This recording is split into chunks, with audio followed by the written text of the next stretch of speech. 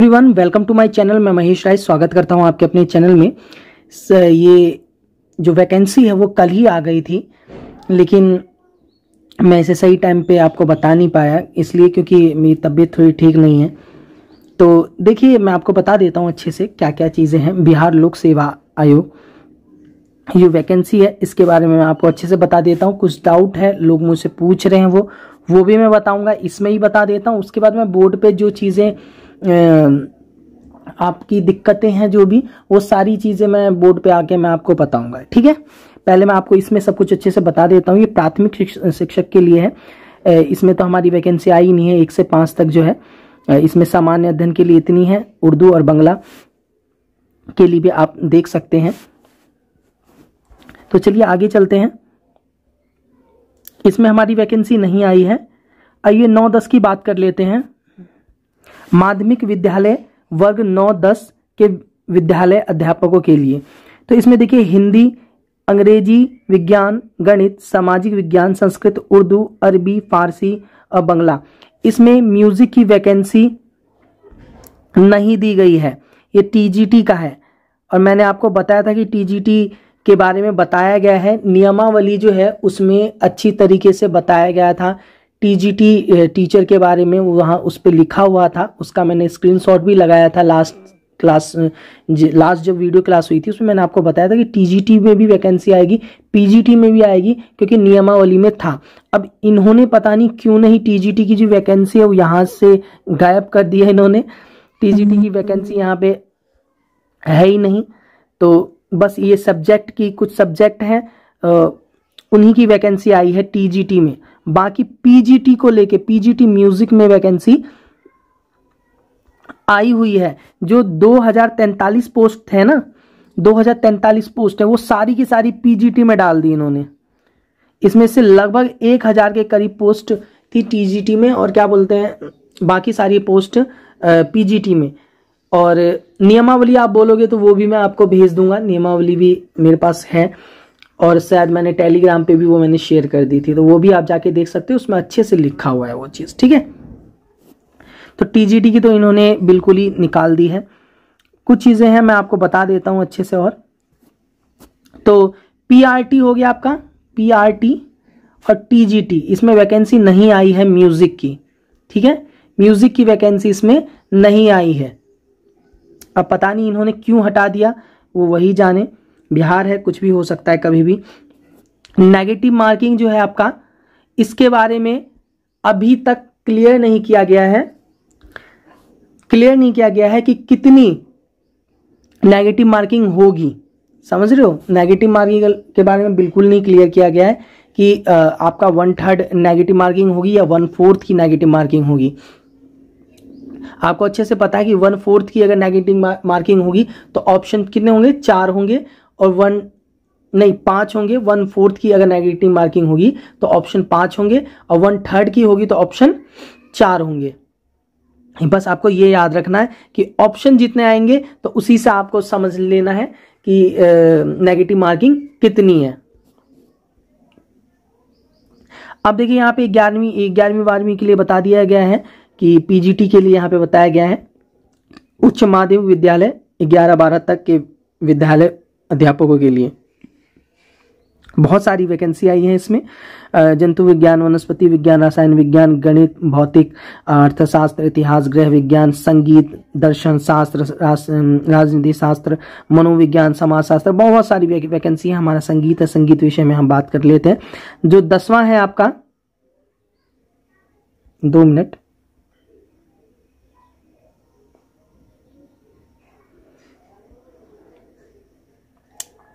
जो 10वां है हमारा वो है संगीत, ठीक है।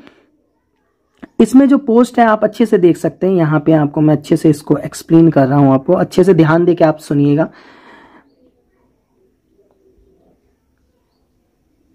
देखिए, ये जो आपका जो पोस्ट है,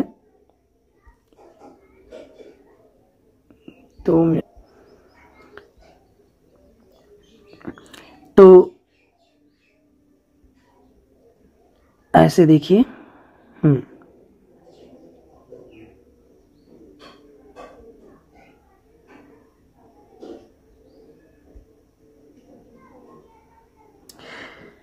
10वां पोस्ट है अनारक्षित, मतलब कि यूआर में सबसे ज्यादा पोस्ट इसमें बताई गई हैं, 517 वैकेंसी बताई गई है सिर्फ यूआर में। अगर आप जनरल से हैं तो भर सकते हैं, लेकिन आपको मैं स्पष्ट तरीके से एक चीज मैं बता देना चाहता हूं कि मैंने आपको पहले ही बताया था कि नियमावली में लिखा हुआ है, अच्छे से साफ स्पष्ट लिखा हुआ है कि वो भारत का नागरिक होना चाहिए और बिहार का क्या होना चाहिए, उसके पास निवास प्रमाण पत्र होना चाहिए बिहार का, या वो बिहार का होना चाहिए। ठीक है, तो या आपके पास बिहार के हो या ना हो, अगर आपके पास बिहार का प्रमाण पत्र है, आपके पास तभी होगा जब आप बिहार के हो, तभी होगा। नहीं, कुछ लोग ऐसे भी होते हैं जो बिहार में नहीं रहते, बिहार के होते हैं, बाहर चले जाते हैं, दिल्ली, मुंबई, कलकत्ता, ऐसे यहाँ पे चले जाते हैं, वहाँ पे उनका फिर लालन पालन वहीं पे होता है, लेकिन उनके पास बिहार का होता है क्योंकि उनका गांव होता है तो होता है। तो ऐसे जो लोग हैं वो भर सकते हैं। ठीक है, जो बाहर रहते हैं वो लोग भरें, इसमें उनका हो जाएगा। तो आपका जो ये चीज है अनारक्षित में है कितना, 517, और उसके बाद यूआर में ही, जनरल में ही है आपका महिलाओं का 304, आर्थिक रूप से जो कमजोर वर्ग है उसका है 153, आर्थिक रूप से जो कमजोर वर्ग है महिला में है उसमें है 46, अत्यंत पिछड़ा वर्ग जो है उसमें है 241, मतलब कि आर्थिक रूप से पिछड़ा वर्ग का मतलब क्या हो गया, ओबीसी। ठीक है, अब अत्यंत पिछड़ा वर्ग का क्या होगा, ईबीसी। ठीक है, तो आप देख लेना आप किस कैटेगरी में आते हो, तो किस कैटेगरी के अंतर्गत आपको गिना जा रहा है। उसके बाद अत्यंत पिछड़ा वर्ग महिला में 123, पिछड़ा वर्ग में है 161, पिछड़ा वर्ग महिला में है 82, अनुसूचित जाति में है 201, अनुसूचित जाति महिला में है 120, अनुसूचित जनजाति में है 35, अनुसूचित जनजाति महिला में है, नहीं आई उसमें। ठीक है, पिछड़े वर्ग की महिला आरएफ में 60, कुल यहाँ पे दे रखा है 243 पोस्ट है, और जो देख नहीं पाते, जो ब्लाइंड है उनके लिए 36 है, और जो मूल बाधिर डीडी में आके अंतर्गत आते हैं उनके लिए 26 है, और दिव्यांगों के लिए जो ओएच में आते हैं उनके लिए 13 है। ठीक है, तो ये था आपका इतनी। अब देखिए इन्होंने क्या किया है, पूरी वैकेंसी कितनी थी टोटल, 2043 वैकेंसी। हाँ, इन्होंने सारी की सारी वैकेंसी इसमें डाल दी है। कुछ भी चीज स्पष्टीकरण बिहार का जब भी आता है तो स्पष्टीकरण के साथ नहीं मिलता, जितनी भी राज्य से वैकेंसीज आती हैं उसमें एक स्पष्टीकरण मिलता है, पूरे हर चीजों को अच्छी तरीके से बताया जाता है। यहाँ पे नेगेटिव मार्किंग के बारे में बताया गया, स्पष्ट नहीं किया है, बस ये बता दिया कि नेगेटिव मार्किंग होगी। फर्स्ट पेपर में नहीं है, वो मैंने आपको पहले बता दिया था, सेकंड पेपर में है, लेकिन उसके बारे में अच्छे से इनको बताना चाहिए था कि नेगेटिव मार्किंग कैसे होगी। उसके बाद जो है सिर्फ बिहार के निवासी भर सकते हैं, अदर लोग नहीं भर सकते। ये भी एक तरह का वायलेंस है, क्योंकि ऐसा नहीं होता है और बहुत सारी जगह पे ये चीजें हुई हैं जिसमें होता है, लेकिन कभी कभी कोई प्रावधान होगा ऐसा, क्योंकि बिहार में तो वैकेंसीज बहुत ही कम आती हैं। तो ये है। दूसरी चीज 2043 जो आपके पोस्ट है जो भर रहे हैं वो अच्छे से भरें, अच्छे से तैयारी करें, उनको बेस्ट ऑफ लक मेरी तरफ से, और मुझसे जुड़े रहें क्योंकि आपको टाइम पे मैं अपडेट देता रहता हूं, आपको पता ही है, और तैयारी भी आपकी चल रही है अच्छे से। और जो मैंने पीछे क्लासेस करवा रखे हैं उनको अच्छे से देखिए, क्योंकि उससे ही आपकी तैयारी होगी, और कोई भी प्रॉब्लम होता है वो आप मुझसे पूछ सकते हैं। ठीक है, तो ये आप देख लीजिए, इसका ये है 2043 पे था मैं। इतनी जो पोस्ट आई ना, इन्होंने क्या कि सारी की सारी पोस्ट पीजीटी में डाल दी, समझ रहे हो, टीजीटी को निकाल ही दिया।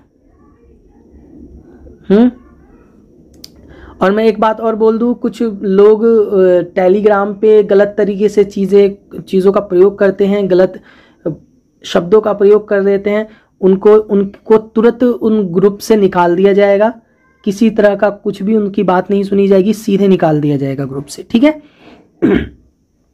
इसलिए आप मर्यादा में रह के सबसे बात करें, क्योंकि अच्छे संस्कार ही जीवन को आगे बढ़ाते हैं, आपको भी आगे बढ़ाएंगे। तो ये चीज़ है आपकी टीजीटी का पूरा ही क्यों उन्होंने गायब कर दिया। नियमावली में था, आपको मैंने दिखाया भी था, आप लास्ट वीडियो क्लास देख सकते हो, उसमें मैंने दिखाया था अच्छी तरीके से कि यहाँ पे बताया गया है कि टीजीटी की पोस्ट आएगी और टीजीटी में इतनी चीज़ें आएंगी, है ना, ये मांगा जा रहा है, मतलब कि बीएमयूज मांगा जा रहा है, प्रभाकर मांगा जा रहा है, और पीजीटी की भी आएगी। तो ये दोनों मिला के था, है ना, प्राथमिक में नहीं बोला था इसलिए नहीं था, टीजीटी पीजीटी में बोला था। लेकिन अब इन्होंने पता नहीं क्या किया है, क्या पता ये पीजीटी का लेके फिर टीजीटी में डाल दें, टीजीटी में भी ले लें और टीजीटी में भी, दोनों में से बोलें कि एक को चुन लो, या फॉर्म भरने टाइम में ऐसा कोई ऑप्शन हो कि कुछ भी हो सकता है। मैंने आपको क्या बोला, पूरी तरीके से नोटिफिकेशन 15 पेज की है, लेकिन पूरी तरीके से स्पष्टीकरण भी तब भी नहीं है। लेकिन जो भी है बढ़िया है, वैकेंसी बहुत अच्छे लेवल पे आई है, ये बहुत अच्छी बात है, बहुत बड़ी अपॉर्चुनिटी है आपके लिए कि अगर आपने इसमें मेहनत कर दी, थोड़ी भी ईमानदारी से कर दी मेहनत, तो आपको गवर्नमेंट जॉब लेने से कोई नहीं रोक सकता। ये बहुत बड़ी अपॉर्चुनिटी है आपके लिए, आप अच्छे से मेहनत करिए, अच्छे से मेहनत करेंगे जरूर आप इसमें क्वालिफाई हो जाएंगे। आपको पता है अच्छे से कि 100 मार्क्स जो है आपके, 25 इंग्लिश के हो गए, 75 इसमें नेगेटिव मार्किंग नहीं है। आपने अगर मान लीजिए इंग्लिश में से आपने 7-8 नंबर आपने खींच लिए, इधर से तो आप 75 में से 50-40 आप खींच लोगे, ठीक है। कैसा भी इंसान होगा इधर से खींच लेगा, 30-35-25 खींच लेगा, ठीक है। तो इधर से खींच लोगे, आप क्वालिफाई हो फर्स्ट पेपर में, कोई प्रॉब्लम नहीं। आप तुक्के 100 नंबर जो होता है ना, एक मतलब कि सर्वे के अनुसार मैंने न्यूज़पेपर में पढ़ा था, अगर नेगेटिव मार्किंग नहीं हो और 100 नंबर का एग्जाम हो रहा है, ठीक है, तो उसमें से उसके आधे के आधा आना बिल्कुल ही आपने, मतलब कि आपको 100% का क्वेश्चन पेपर है, ठीक है, 100 मार्क्स का है, और हाँ, और उसमें आपने 100% आपने तुक्का मारा है, 100% आपने तुक्का मारा है। तो आपके कितने क्वेश्चन सही हो सकते हैं वो आपको बता देता हूं। आपके उसमें क्वेश्चन सही होने के जो चांस है 15 से 25, ये सर्वे के अनुसार मैं आपको बता रहा हूं, न्यूज़पेपर में मैंने पढ़ा था। आपको तुक्का वुक्का नहीं मारना है, आपको पढ़ना है, अच्छे से तैयारी करनी है। सर्वे के बारे में आपको बता रहा हूँ, आपको बिलीव ना हो तो कोई भी आप ना ऐसा सब्जेक्ट का पे, मतलब कि कोई भी क्वेश्चन पेपर आप लीजिए जो म्यूजिक का ना हो, आप तो म्यूजिक सब्जेक्ट से म्यूजिक का ना हो, और उस पर आपको क्या करना है, उसको तुक्के से उसको हल कर दीजिए 100 प्रश्न को, फिर आप उसमें गिनिए कितने हैं। आपको मैं गारंटी दे रहा हूं कि 15 से लेके 25 के बीच में आपका तुक्का सही होगा। आपको बोल रहे हो कि 15 से 25 के बीच में जो है वो कितने परसेंट, 10 नंबर का हो गया। तो ये ना सबके अपने अनुभव के आधार पे होता है, अपने ना मतलब कि एक माइंड सेट होता है कि आपने कितना आप सोच सकते हो, कितना समझ सकते हो चीज़ों को, कहाँ से कनेक्ट होता है आपका माइंड, इन सब पे भी डिपेंड करता है। तो जिनका थोड़ा कम करता है वो 15 तक सही कर देंगे, जिनका ज़्यादा होता है 25 तक कर देंगे। इसका मतलब कि अगर आप मतलब कि 20 एवरेज रख लो, 20-25 आप करके आओगे, तो अगर आप पूरे तुक्का भी मारोगे तब भी आपके 20 प्रश्न सही हो रहे हैं, पूरा तुक्का मार के आ रहे हो, 100% मार के आ रहे हो, तो आपको ऐसा तो होगा नहीं कि 100 में से आपको 20 प्रश्न भी नहीं आते हो। आपको 20 आते हैं, 20 आपने मार दिया, 40 नंबर आ जाएंगे आराम से, कोई प्रॉब्लम नहीं है, आपको इसमें क्वालिफाई करने में कोई प्रॉब्लम नहीं होगी। लेकिन तब भी आपको फोकस होकर तैयारी करनी है, क्योंकि तैयारी करके कोई भी मतलब कि चूक नहीं करनी है, ठीक है। अच्छे से तरीके से तैयारी करो, क्योंकि हिंदी है, हिंदी में क्या क्या पढ़ना है वो भी मैं आपको बता दूंगा, इंग्लिश में क्या क्या पढ़ना है वो भी आप मुझे बता दूंगा, लेकिन आप मुझे कमेंट करके बताना, क्योंकि आपको इसकी ज़रूरत भी है कि नहीं। अगर आपको नहीं ज़रूरत है, आपको मेरी ज़रूरत नहीं है, तो फिर मैं क्यों उस पर लाऊंगा, ठीक है। तो ये चीज़ था, बाकी आगे चलते हैं, मैं आपको इसके बारे में, और ये सारी पीजीटी की ही है। अब इसमें देखिए क्या लिखा हुआ है, देखिए इसमें श्रेणी एवं सेवा अधीन वर्ग विद्यालय अध्यापक। अब इसमें मैं आपको शॉर्ट में बता देता हूं कि इसमें क्या है। आपको वेतन जो दे रखा है 32,000 रुपये दे रखा है, तो ये 32,000 नहीं है, समझ रहे हो, ये 32,000 ही नहीं है। इसमें बहुत सारे मतलब कि जो ये बेसिक है आपका, इसमें जुड़ेंगे 3-4 चीज़ें होती हैं, वो जुड़ती हैं और उस जुड़ने के बाद आपकी जो सैलरी होगी 55 के आसपास, 55-60 के आसपास पहुंचेगी। ठीक है, तो आपकी जो सैलरी होगी वो 55-60 हज़ार रुपये सैलरी होगी अगर आप क्वालिफाई करते हो। तो इससे 32,000 ना समझे, ये आपका सिर्फ बेसिक है, इसमें 4 चीज़ें जुड़ेंगी, उसके बाद ये टोटल जो आपका आएगा सैलरी वो 55-60 हज़ार की तरह आएगा, है ना। बल्कि अभी मैं आपको बिल्कुल सिंपल तरीके में बता रहा हूँ, अगर मैं इसको डिटेल में आपको बताना चाहूँगा तो फिर बहुत बड़ी वीडियो हो जाएगी। तो 55-60 हज़ार के करीब आपकी सैलरी होगी। वो मैं सैलरी के बारे में भी मैंने आपको पैटर्न वाले वीडियो में बता रखा है। जो भी मैंने आपको पहले वीडियो में बता रखा है 3-4 वीडियो में, वो सारी चीजें इसमें उठा के डाल दी गई हैं। बस एक चीज है, इन्होंने टीजीटी का गायब कर दिया। ठीक है, बाकी सारा चीज वही है, कुछ नहीं हुआ है चेंज। ठीक है, उसके बाद स्थायी नई पेंशन योजना के नियम अनुसार अनुमान्य, ये सारी चीजें पहले 2 साल तक आपको टाइम पीरियड पे रखा जाएगा। मतलब कि टाइम पीरियड इसे नहीं बोलेंगे, इसे बोलेंगे हम, आपने जैसे क्वालिफाई कर लिया और इसमें इंटरव्यू, इसमें TER इंटरव्यू जो है ना, ये क्या लिख दिया मैंने,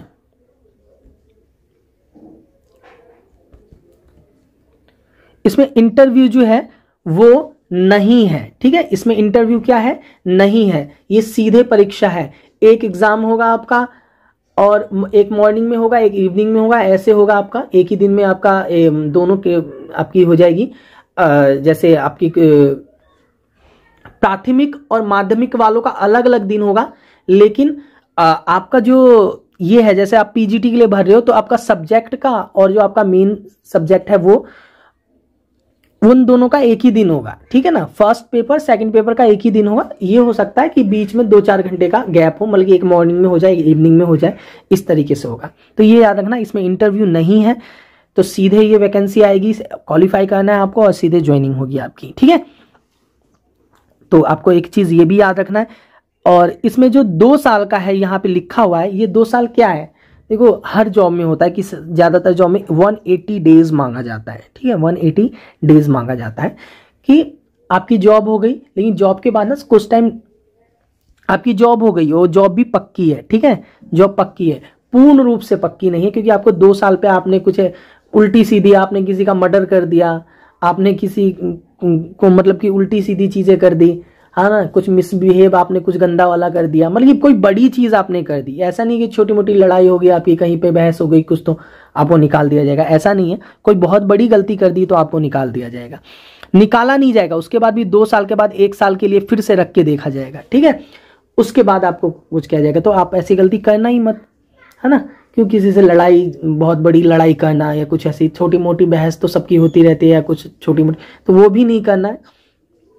तो कोई बहुत बड़ा कुछ गंदा कर दोगे तो उस अवस्था में आपको निकाला भी जा सकता है, लेकिन ऐसा तो नहीं लिखा है। लेकिन आपका मतलब कि जो अवधि है वो 2 साल से 1 साल के लिए फिर वो कर देंगे, उसके बाद में पूर्ण रूप से आप वो नहीं हो पाएंगे, पक्का नहीं हो पाओगे स्कूल में। तो इसलिए मैंने आपको ये चीजें बता दी है। तो 2 साल के लिए आपको जॉब है, आपकी पक्की जॉब है, लेकिन 2 साल के लिए वो टाइम पीरियड का एक होता है। 2 साल के बाद पूर्ण रूप से हो जाओगे, मतलब कि ऐसा मान लो, परसेंटेज में बता देता हूं कि 80% आप सेफ हो और 100% आप 2 साल के बाद हो जाओगे। ठीक है, तो वही है इसका मतलब। ये हर एग्जाम में होता है, ये बिहार में ही नहीं है, हर एग्जाम में होता है। किसी में अलग से लिख दिया जाता है, किसी में नहीं लिखा जाता है। इसका मतलब ये नहीं होता कि उसमें नहीं होता।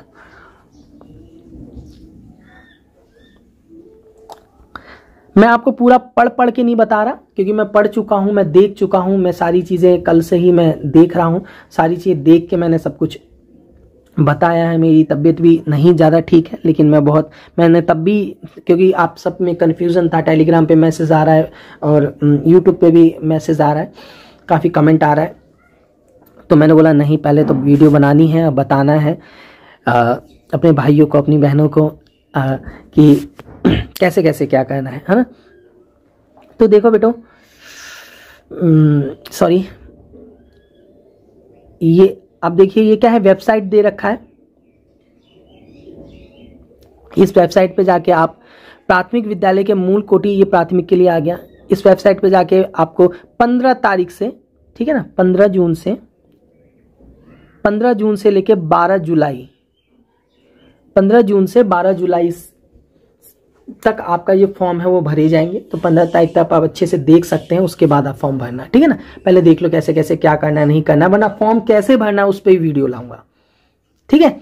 आपकी जो भी चीजें होती हैं वो कमेंट करके आप छोड़ दिया करो, लेकिन ये नहीं कि मैं जब भी देखूंगा उसको मैं रिप्लाई कर दूंगा, क्योंकि यार मेरी अपनी भी लाइफ है ना, तो उसको जब भी देखूंगा रिप्लाई कर दूंगा, या उसके लिए अलग से मैं वीडियो लाऊंगा एक, और उसमें सब कुछ बताऊंगा, ठीक है। टेंशन मत लिया करो आप सब यार। अब यार देखो यहाँ पे लिखा हुआ है साफ तौर पे, भारत का नागरिक हो और बिहार राज्य का स्थायी निवासी हो। तो बिहार का होना चाहिए, या तो डोमिसाइल होना चाहिए उसके पास, तो उसका हो जाएगा। ये अर्हताएं हैं, अलग अलग अर्हताएं। आपको मैं ये भी बता दूं, कुछ लोग अफवाहें फैला रहे हैं, क्योंकि देखो अलग अलग तरह के लोग होते हैं, जो कुछ लोग फॉर्म भर पाते हैं, कुछ लोग नहीं भर पाते हैं, या कुछ ऐसा होता है कि आपसे म्यूजिक में ना C-टेट मांगा जा रहा है, S-टेट मांगा जा रहा है, H-टेट मांगा जा रहा है, और भी बहुत सारी चीजें मांगा जा रहा है। आपसे म्यूजिक में कुछ नहीं मांगा जा रहा, म्यूजिक में ना आपसे ऐसा कुछ भी नहीं मांगा जा रहा। अगर ऐसा मांगा जाएगा तो बिहार में एक भी बच्चा शायद हो जिसकी नियुक्ति होगी, ठीक है। ये याद रखना, नहीं मांगा जा रहा, उनके बहकावे में मन नहीं आना है आपको बिल्कुल भी। आपके देखियो 12वीं तक, 11वीं 12वीं के लिए आया है, पीजीटी के लिए वैकेंसी आई है, और इसमें एमए साफ तौर पे मांगा गया है। एमए का मतलब एमए म्यूज मांगा गया है, मास्टर ऑफ म्यूजिक मांगा गया है। किसी विश्वविद्यालय से आपने कर रखा हो, जो ऑथराइज्ड हो, है ना, जिसकी मान्यता प्राप्त हो, वहां से आपने कर रखा है तो आपका वैलिड है। या तो आपने अलंकार कर रखा हो, या तो आपने प्रवीण कर रखा हो 8 साल का, या इसके समकक्ष आपने कुछ कर रखा हो, तो आप इसमें फॉर्म डाल सकते हैं, ठीक है। तो आपको ये देखना है कि आपने म्यूजिक में जो की है वो कितने साल का है। पहले तो मुझे ये बताया करो कि कितने साल का है आप जो कर रहे हो, कितने साल का है, कौन सा ईयर है वो, और वो किसके इक्विवेलेंट है। ये मैंने अच्छे से आपको क्लास में बता चुका हूं। अगर वो एमए के इक्विवेलेंट है, जैसे बीए के इक्विवेलेंट क्या होता है, प्रभाकर होता है, विशारद होता है, तो एमए के इक्विवेलेंट विशारद और प्रभाकर नहीं होता, ठीक है। एमए के इक्विवेलेंट नहीं होता, एमए के इक्विवेलेंट होता है अलंकार और प्रवीण होता है, और इसके अलावा भी होता है, इसके समकक्ष जो आता है वो भी होता है। तो ये आपको याद रखनी है। हाँ, एक चीज और याद आ रही है मुझे, मैं पढ़ चुका हूं इसलिए मैं आपको जो जो दिख रहा है वो भी बताऊंगा, जो जो अलग से चीजें हैं वो भी बता रहा हूं। देखिए वो लोग भी भर सकते हैं एग्जाम जो एमए कर रहे हैं, ठीक है। ये भी याद रखना, जो एमए कर रहे हैं वो भी भर सकते हैं, लेकिन वो लास्ट ईयर में हो। एग्जाम की लास्ट डेट से पहले, वो डेट यहाँ पे कहीं पे लिखी होगी, वो आपको आएगी तो ये मैं बता दूंगा। लास्ट डेट से पहले 8वां महीना है शायद, 8वें महीने से पहले उनका कंप्लीट हो जाए एमए, तो वो भर सकते हैं, है ना। मतलब एमए फर्स्ट ईयर में है वो नहीं भर सकते, एमए सेकंड ईयर में है जिन्होंने एग्जाम दे रखा है, या रिजल्ट आने वाला है ना, या उनका एग्जाम होके और रिजल्ट भी उनका आ जाएगा 8वें महीने से पहले, तो वो भर सकते हैं, ठीक है। ये भी याद रखना, वो चाहे एमए कर रहे हो, या विशारद कर रहे हो, या प्रवीण कर रहे हो, विशारद नहीं प्रवीण कर रहे हो, या अलंकार कर रहे हो, ठीक है। डिटेल में जानना है आपको तो सारी जो पीछे की वीडियो है, जो मैंने आपको बीपीएससी के बारे में बता रखा है, उस वीडियो क्लास को आप जाके देखिए, आपको सारी चीजें क्लियर होंगी। बस उसमें टीजीटी इग्नोर करना आप, ठीक है। टीजीटी की इन्होंने बतानी क्यों गायब कर दी वैकेंसी, बहुत गलत किया है ये। बहुत सारे लोग हैं जो टीजीटी किए हुए हैं सिर्फ, है ना, मतलब कि विशारद किए हुए हैं, सिर्फ प्रभाकर किए हुए हैं, एमए नहीं कर रखा उन्होंने सिर्फ बीएमयूज कर रखा है। वो तो गए फिर, हाँ, उनका क्या होगा। तो ये चीज है, आपको बताइए 5वीं तक के लिए है। आपको मैं बता देता हूं कि म्यूजिक के लिए एस-टेट C-टेट ये सब नहीं मांगा गया है, वो कहाँ लिखा हुआ है इसमें, वो मैं आपको अच्छे से पढ़ के दिखा देता हूँ। ये 9th 10th के लिए, तो 9th 10th में वैकेंसी नहीं आई है, तो 9th 10th को हम पढ़ के अब क्या करेंगे। 11th 12th के बारे में मैं आपको अच्छे से यहाँ पे बता देता हूँ। 11th 12th देखिए यहाँ लिखा है कक्षा 11 से 12 तक के विद्यालय, यहाँ पे विद्यालय अध्यापक के लिए सामान्य विषयों के लिए आवश्यक शैक्षणिक एवं प्रशैक्षणिक योग्यता, है ना। तो आप ये पढ़ोगे यहाँ पे पूरा, हाँ, ये नहीं पढ़ना है आपको। क्या होना चाहिए, अलग से जो आपको दिया गया है, क्यों दिया गया है ये भी बताया गया है अलग से, और अलग से आपको हर सब्जेक्ट के लिए क्या मांगा गया है अलग से वो भी बताया गया है।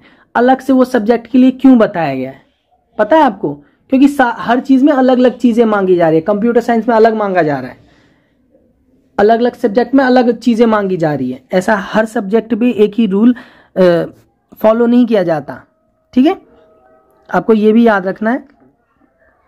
आपको मैं यहाँ पे दिखा देता हूं, जैसे ये कंप्यूटर पोस्ट के लिए अलग से दिखाया गया ना, यहाँ पे देखिए। तो ये देखिए संगीत के लिए आ गया है, संगीत के लिए भी यहाँ पे अलग से दिखा दिया गया है। जी है, संगीत विषय के लिए कक्षा 11वीं और 12वीं तक के विद्यालय अध्यापक के लिए आवश्यक शैक्षणिक योग्यता न्यूनतम 50% अंकों के साथ किसी मान्यता प्राप्त विश्वविद्यालय अथवा मान्यता प्राप्त बोर्ड संस्थान से संगीत शिक्षा में स्नातक उत्तर उपाधि अथवा उसके समकक्ष अर्हता मान्यता प्राप्त संस्था के संबंध में किसी प्रकार का विवाद उत्पन्न होने पर प्रशासी विभाग का निर्णय अंतिम होगा। इसमें साफ स्पष्ट कह दिया गया है कि 50% आपका होना चाहिए, 50% आपका होना चाहिए एमए में। हाँ, लिखा हुआ है देखो 50% होना चाहिए, मान्यता प्राप्त होनी चाहिए, मैंने बता दिया है आपको। बोर्ड होना चाहिए, वो प्राप्त बोर्ड। संस्था होना चाहिए, जैसे संस्था के अंतर्गत कौन आता है आपका, जो प्रयाग संगीत समिति हो गया, ये संस्था की ओर से आता है। आपका गंधर्व महाविद्यालय आता है संस्था की में आता है। तो ऐसे बहुत, चंडीगढ़ का आता है वो भी संस्थान में आता है। तो ये इसलिए यहाँ पे संस्थान लिखा गया है कि उनको पता है अच्छे से। पहले वैकेंसी, पहले 2014 में शायद वैकेंसी आई थी, या 2014 में आई है, 2012 में भी आई है। तो उस टाइम ये सब नहीं मांगा गया है, ठीक है। इसी पे वैकेंसी होती थी सिर्फ, ये भी नहीं मांगा जाता था उस टाइम, सिर्फ प्रभाकर पे होती थी। जो स्कूल में, यहाँ पे बिहार की नहीं, मैं आपको हर जगह की बात बता रहा हूं। अब ये रूल्स सब आने लगे हैं, वरना सबसे पहले सिर्फ प्रभाकर के बेस पे होता था। प्रभाकर के बेस पे टीचर्स बनते थे सिर्फ, कि पहले होता ही नहीं था ये सब, अब ये सब होने लगा, ठीक है। तो ये हो गया आपका संस्थान से।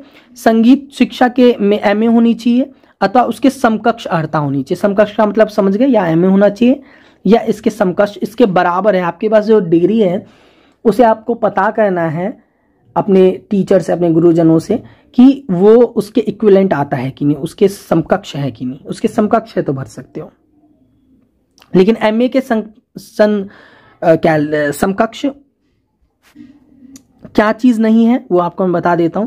विशारद जो है वो समकक्ष नहीं है, और प्रभाकर समकक्ष नहीं है, ठीक है। वो 6 साल का होता है, ठीक है, वो इसके समकक्ष नहीं आता, प्रवीण आता है उसके समकक्ष। इसलिए जब कोई एमए करता है तो 1 साल का फिर अलंकार कर लेता है, या 1 साल का वो प्रवीण कर लेता है। और जब बीए आप करते हो तो 1 साल का आप 1 साल का सीधे 6th ईयर कर सकते हो, ठीक है। ये सारी चीजें मैंने आपको अच्छे से बता दी है क्लास में, वो सारी वीडियो आप देखना। आपको पता है चीजें, कोई बात नहीं, लेकिन तब भी जाके देखना, आपका प्रॉफिट है। आप नहीं देखोगे मुझे कोई प्रॉब्लम नहीं है, वो देखोगे ना, मैंने बहुत कौन सी चीज कब उठा के मैं आपको बता दूंगा, इसलिए बोलता है स्किप मत किया करो। कौन सी चीज कब उठा के बता दूंगा आपको खुद भी नहीं पता होगा, और मुझको भी पता नहीं होता मैं कौन सी चीज कब उठा के बता दूंगा, ठीक है। और फिर वही है कि अगर कोई विवाद उत्पन्न आप कर दोगे, वही है मार धाड़ कुछ कर दोगे, या कुछ सीन का सपाटा कर दोगे, तो फिर वहां पे फिर जो बिहार सरकार होगी उसका फैसला अंतिम होगा। तो यही है। फिर देखिए अलग है, तो आपको ना, ये मैंने क्या बोला है कि यहाँ पे है ना, जैसे देखो अभी मैं आपको बताने लगा, हाँ, तो आप कुछ है, कुछ लोग इसको पोस्ट कर रहे हैं, अरे भैया ऐसा क्यों कर रहे हो आप सब, हाँ, इसको पोस्ट करके बोल रहे हैं कि आपके पास एसटेट, एचटेट, सीटेट, ये सब की जरूरत नहीं है, ठीक है, इन सब की जरूरत नहीं है।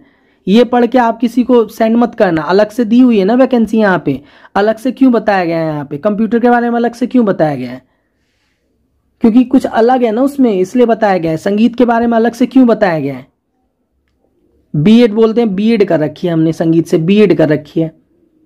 संगीत से बीएड नहीं होती, सब सब्जेक्ट उसमें ले लिया जाता है। संगीत से बीएड नहीं होती, सब सब्जेक्ट होता है उसमें। अब करवाने लगे, और कुछ यूनिवर्सिटी जो करवाती है, सिर्फ कुछ राजस्थान की है, कुछ यूपी की है जो यूनिवर्सिटी करवा रही है। लेकिन वो सब सब्जेक्ट में एक आप ले सकते हो। आपको मेन सब्जेक्ट का तो अलग बनना पड़ेगा टीचर। मान लो आपने वो बीए आपने जो भरा, वो बीएड के लिए बता रहा हूँ आपको, कभी मैं इस पर अच्छे से बताऊंगा। तो उसमें जो बहुत सारे सब्जेक्ट होते हैं उसमें, ठीक है, अलग अलग जो मेन सब्जेक्ट होते हैं वो 2 आपको रखना पड़ता है, जैसे सब्जेक्ट कहते हैं। तो सब्जेक्ट में आपका म्यूजिक नहीं होगा, सब्जेक्ट में आप हिंदी रख लो, कुछ भी आप रख लो। जब आपका सेकंड ईयर होगा ना, जिस दूसरा साल होगा बीएड का, उसमें आप सब सब्जेक्ट के तौर पे आप म्यूजिक रख सकते हो। ये होता है।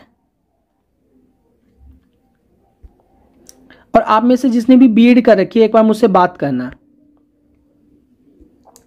ठीक है। तो ये सारी चीजें हो गई, आपको मैंने बता दी। ये अलग से इसलिए दी गई है भैया, कंफ्यूजन नहीं होना है, किसी की बहकावे में नहीं आना है आपको। मैंने अच्छी तरीके से एक्सप्लेन कर दिया, मेरी मेहनत मत खराब कर देना आप। अच्छे से एक्सप्लेन कर दिया है। यहां ये आपके पास है तो आप कर सकते हो, अच्छे से लग जाइए। अब अभी नहीं तो कभी नहीं। मेरी तबीयत खराब है, तब भी मैं यहाँ पे आके आप सबको इसलिए बता रहा हूँ क्योंकि मुझे पता है कि आप सब इंतजार कर रहे होंगे कि कब सर आएंगे, कब बताएंगे। आप तो मेरी फैमिली हो। मुझे खुद, मैं बहुत लेट सोता हूँ क्योंकि मुझे बहुत सारी चीज़ें करनी होती हैं। अब पढ़ाई भी करता हूँ तो बहुत सारी चीज़ें होता है, तो तबीयत और ख़राब हो गई। तो ये सारी चीज़ें हैं, तो ये आपको चाहिए। आपको देखो, बहुत अलग अलग तरह के लोग होते हैं, क्योंकि आपके पास अपॉर्चुनिटी है ये, और उनकी बातों पे ध्यान नहीं देना आपको। इस पे बस तैयारी करनी है, फोकस। सब कुछ भूल जाओ, सब भूल जाओ, एकदम क्लियर बात, सब भूल के एकदम तैयारी ढंग से करो। जीवन बनाना है तो, लाइफ करना है आपको सेट, तो कर दो, अभी कर दो, यही टाइम है। क्योंकि जब ये वैकेंसी चली जाएगी ना, फिर पछताओगे। उसके अलावा कुछ हाथ में नहीं लगेगा पछताने के अलावा।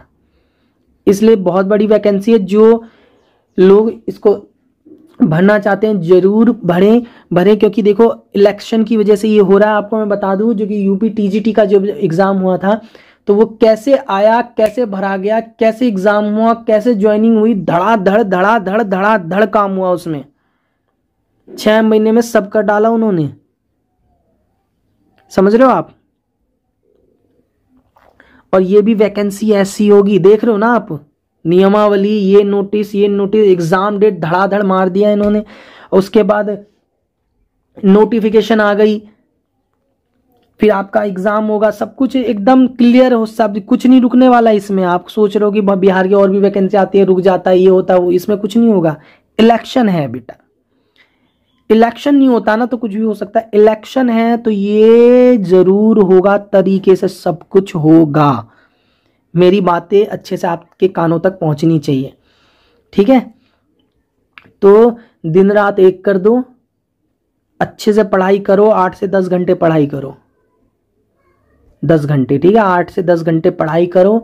सब्जेक्ट के लिए कैसे तैयारी करनी है, इंग्लिश के लिए कैसे तैयारी करनी है, मैं बताऊंगा। और भी बहुत सारे यूट्यूब पे चैनल है, वहां से हेल्प लो, कुछ बुक्स लो, समझ रहे हो। देखो, जिनको नेगेटिव बोलना होता है वो नेगेटिव बोलेंगे ही, उनका तो सोच ही नेगेटिव है। आप अपने आप को पॉजिटिव रखो और हमेशा दूसरे की हेल्प करो।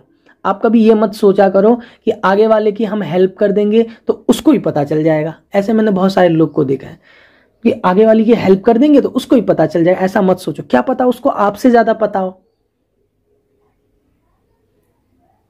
मैंने अपने जीवन में मैं देखता हूं ना कि हाँ, किसी कुछ पूछा, नहीं बताता, चल कोई बात नहीं, नहीं बता, पूछा उसने एक बता दिया, उसको 4 बताता हूं, फिर मैं उसे बताता हूं कि हाँ इतनी चीजें होती हैं इन चीज में, तब उन्हें पता चलता है अच्छा ऐसा भी होता है। तो ये चीज है, ढंग से लग जाइए और जीएस की तैयारी अच्छे से कोशिश करें कि आपका ये आपको ना पक्की करवाएगा आपकी जॉब, जीएस। क्योंकि सब्जेक्ट जो है ना बेटा, सब्जेक्ट सबका ही अच्छा होता है।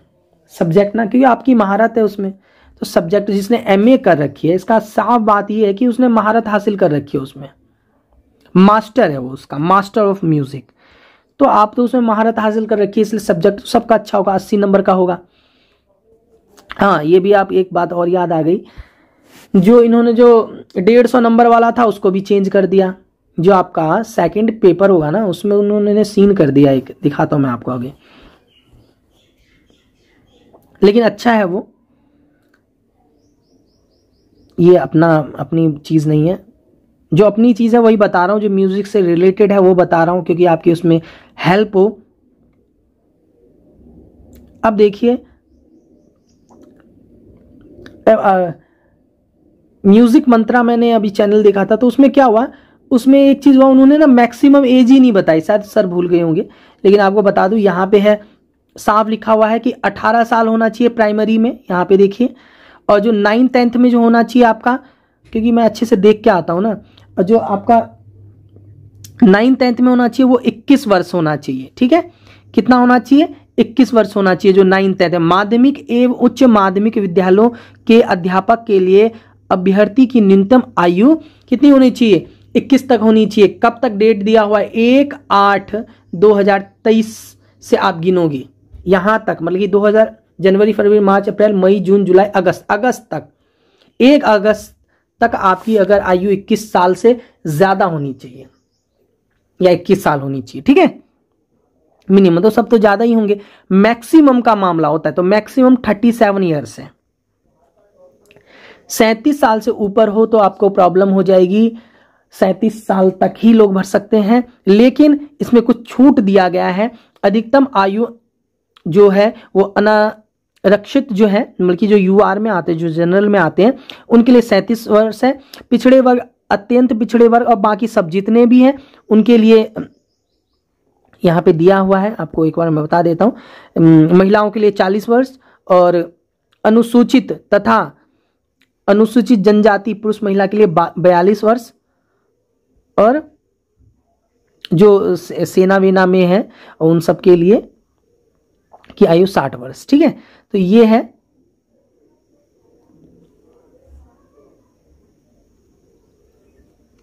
ऐसा वो हो जाता है कि यूआर में है, जो यूआर में अगर आप यूआर में आते हैं तो 37 साल ही तक आप भर सकते हैं। अगर आप ओबीसी में आते हैं या ईबीसी में आते हैं या एससी में आते हैं, एससी की बात नहीं कर रहे अभी, ओबीसी ईबीसी में अगर आते हैं, यहाँ पे पिछड़ा वर्ग और अत्यंत पिछड़ा वर्ग में आते हैं, और या महिला हैं आप इसमें, तो 40 वर्ष तक। ठीक है, और एससी एसटी में आते हैं तो 42 साल तक, और जो सेना निवृत्त रह चुके हैं उनके लिए 60 वर्ष तक। तो ये सारी चीजें हैं। ठीक है,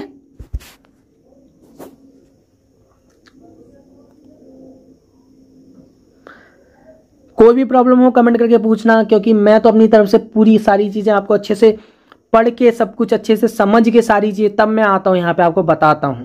क्योंकि ये पढ़ तो आप भी सकते हो, लेकिन इसको समझाना मुश्किल होता है कि क्या है नहीं है इस चीज के बारे में। ये सारी चीज ना आपकी योग्यता की बात हो ना, कभी भी योग्यता, तो ये सब चीजें नहीं पढ़नी है आपको, सीधे वही पढ़ना है। म्यूजिक में जाके म्यूजिक का क्या मांगा है वो पढ़ना है। ठीक है, ये देख लो, अब ये प्राथमिक हो गया आपका, तो प्राथमिक तो हमको करना नहीं है ना, हमें क्या करना है, ये आपका हो गया, हमें उच्च में चले जाते हैं ना सीधे। ठीक है, हमारा ये है।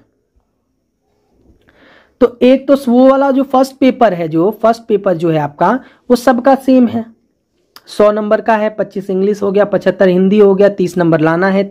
ठीक है, और प्रत्येक प्रश्न के 1 मार्क्स होंगे।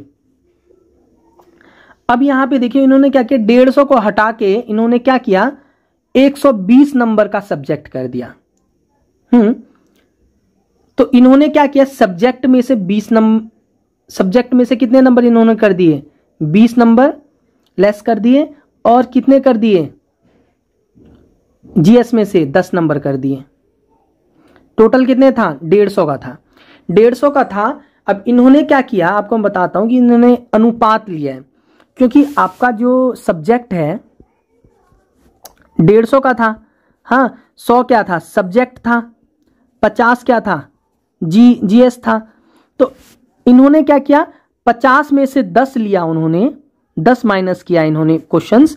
तो सब्जेक्ट 100 का है तो उसका दूना करेंगे, वो 20 माइनस कर दिया, इसमें से 20 क्वेश्चन माइनस किए, 30 माइनस कर दिया। तो 150 में से अगर आप 30 को माइनस कर दोगे तो 120 क्वेश्चन रहेंगे।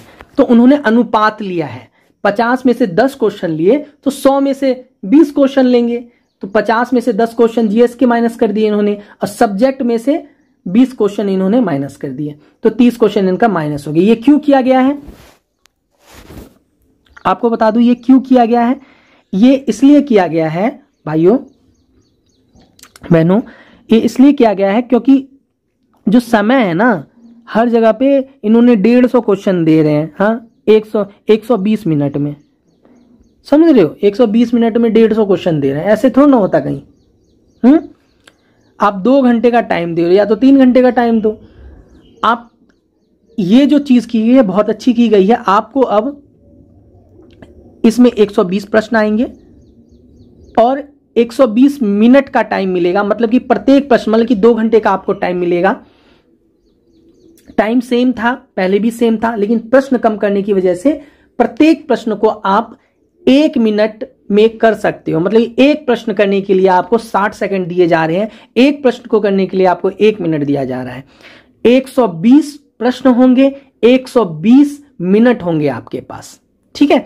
तो आपको आपके पास मैथ करने के लिए या रीजनिंग करने के लिए थोड़ा सा टाइम आपके पास ज्यादा बचेगा, क्योंकि आपका जो सब्जेक्ट है उसमें आप जल्दी क्वेश्चन कर दोगे कुछ, है ना, तो इसलिए आपके पास वहां पे टाइम बचेगा, ठीक है। कोई भी चीज समझ में ना आए कमेंट करके पूछे, अपना फीडबैक भी दें, समझ रहे हो। आप तक मेरी बात सही तरीके से पहुंच रही है कि नहीं।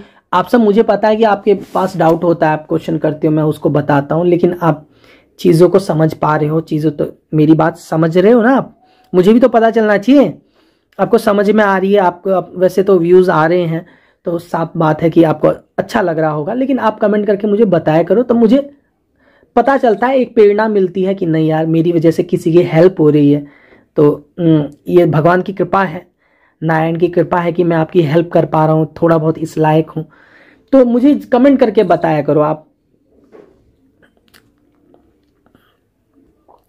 तो ये सारी चीजें हैं यहाँ पे, और ये मैंने आपको बता ही रखा है कि आपको कितना छूट मिलेगा, तो सेम वही है, छूट के बारे में यहाँ पे दे रखा है। देखिए यहाँ पे लिखा हुआ है स्पष्टीकरण में कि प्रत्येक गलत उत्तर के लिए ऋणात्मक नेगेटिव मार्किंग अंक दिया जाएगा, लेकिन कितना दिया जाएगा वो स्पष्ट नहीं किया गया। तो ये सब स्पष्ट करना चाहिए। 15 पेज का नोटिफिकेशन देने का मतलब क्या रहा फिर, कि अगर सारी चीजें आप इसमें स्पष्ट नहीं कर रहे हो तो।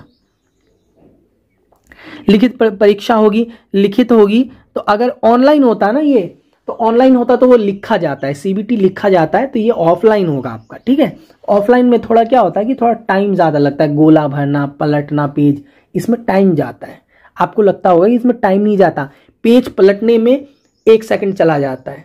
100 पेज पलट रहे हो आप, है ना, क्योंकि वो उसमें 50 पेज है, 50 सेकंड चला गया। महत्व है ना 1-1 सेकंड का। गोला भरने में टाइम नहीं लगता क्या, गोला भरने में कम से कम 3 सेकंड का टाइम लग जाता है, 3 से 4 सेकंड का टाइम लगता है एक गोला भरने में, तो उसमें टाइम लगता है। तो आप इसमें देख लीजिए, जो 40% है वो पासिंग मार्क जो आपको चाहिए, 40% यूआर के लिए, जनरल के लिए 40% है, जो पिछड़े वर्ग से हैं उनके लिए 36%, जो अत्यंत पिछड़े वर्ग हैं उनके लिए 34%, और जो महिलाएं हैं और जो दिव्यांग हैं और SC ST जो हैं उनके लिए 32% है। तो मतलब कि पास होने के लिए कम से कम आपको इतने मार्क्स तो लाने ही होंगे, ठीक है। और कुछ लोग बोलेंगे ये फर्स्ट पेपर में भी है क्या, तो ये फर्स्ट पेपर में नहीं है।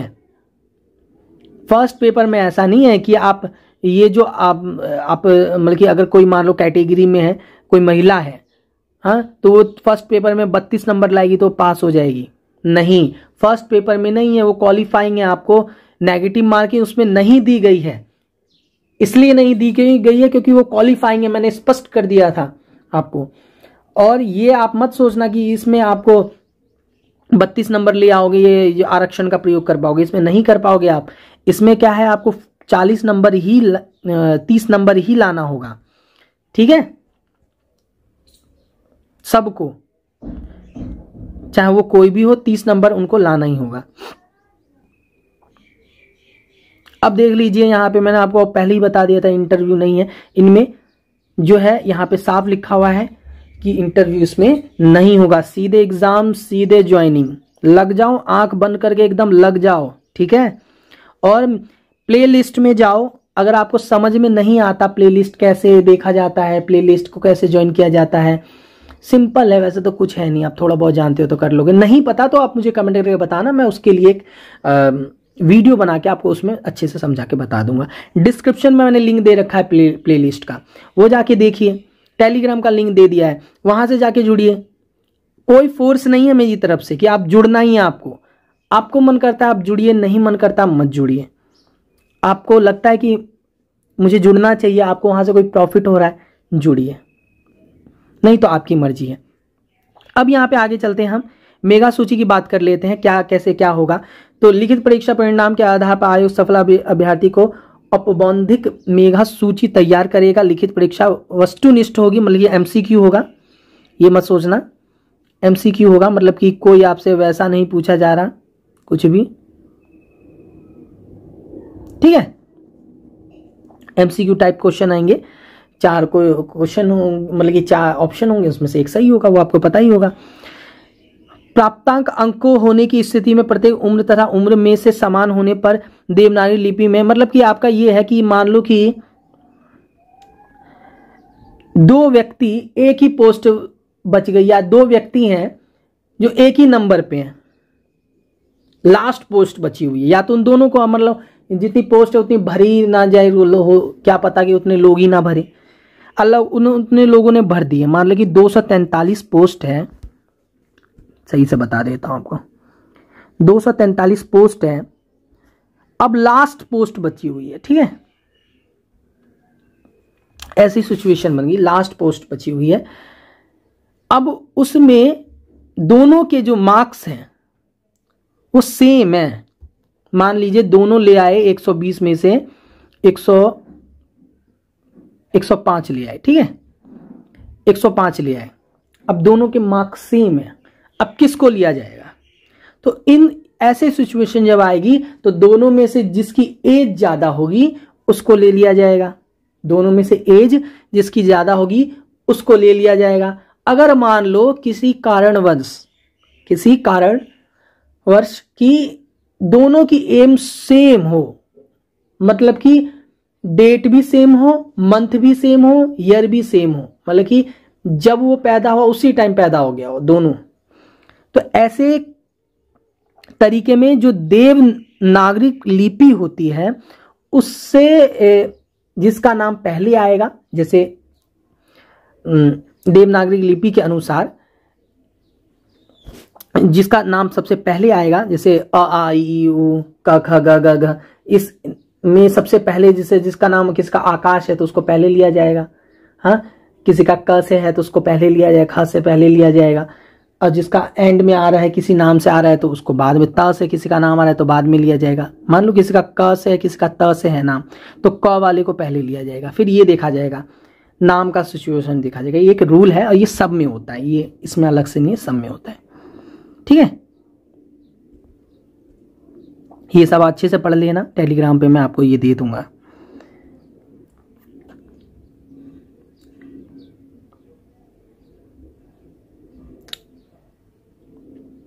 देखिए यहाँ पे बोल दिया गया है, ऑनलाइन आवेदन पत्र इंगित कॉलम में आरक्षण का दावा नहीं करने पर आरक्षण का लाभ नहीं मिलेगा, मतलब कि आरक्षण का दावा आपको करना पड़ेगा तभी, मतलब कि अब आरक्षण आपको मिला हुआ है उसको बिहार सरकार का होना चाहिए, आरक्षण का लाभ बिहार सरकार वाले को ही मिलेगा नियमावली के अनुसार, और समस्त प्रमाण पत्र के साथ, मतलब कि आप अगर बिहार से हैं तो वो बन जाता है 300 रुपये के आसपास या 1000 रुपये के आसपास आपका बन जाएगा सब, हाँ। तो ये है आपके पास क्या क्या होना चाहिए, जाति प्रमाण पत्र और स्थायी निवास प्रमाण पत्र, ये 2 चीज होनी चाहिए आपके पास। जो ईडब्ल्यूएस में आते हैं वहां पे उनको तो क्या करवाना पड़ता है, ईडब्ल्यूएस वाले को अपडेट करवाना पड़ता है ईयर में, लेकिन जाति प्रमाण पत्र वालों को नहीं करवाना पड़ता। जब उनका वो चेंज होता है कुछ चीजें तो तब करवाना पड़ता है, वरना चेंज नहीं होता। ठीक है, ऑनलाइन करवाना है ये दोनों, ऐसे ही नहीं कहीं से बनवा लेना, ऑनलाइन सब कुछ 2014 के बाद से सब कुछ ऑनलाइन हो गया, ये तो आपको पता होगा।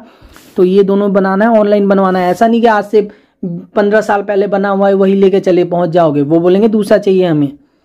2000 से 14 के बाद वाला चाहिए ऑनलाइन वाला, तो बनवा लेना वो।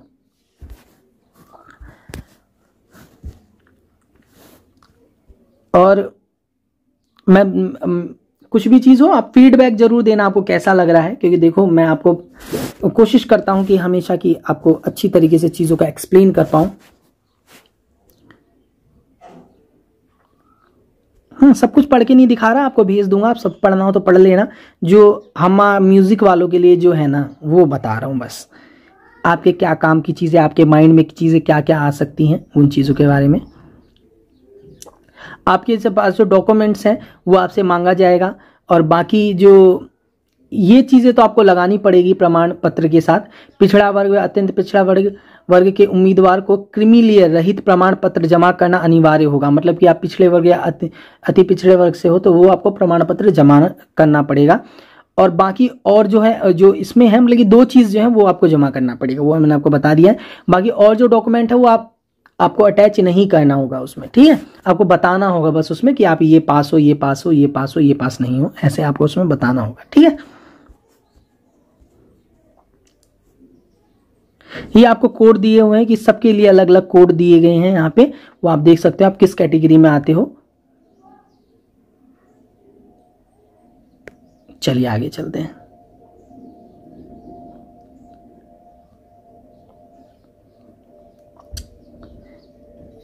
लग रहा है पता नहीं प्रॉपर्टी साइन करवा रहे हैं 15 पेज का।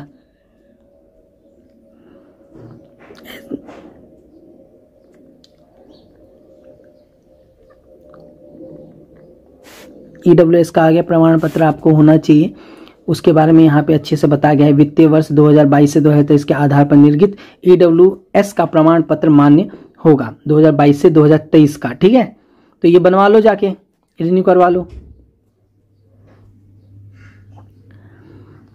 ठीक है, तो बाकी ये सारी चीजें हैं। ऑनलाइन आवेदन के क्रम में अभ्यर्थी के कतिपय सूचना सिर्फ डाटाबेस संधारित करने हेतु ली जाती है। अगर उक्त सूचना के संबंधित किसी प्रकार का छूट विज्ञापन में अंकित नहीं है तो उसकी दावा ना तो मान्य होगा ना ही उसका।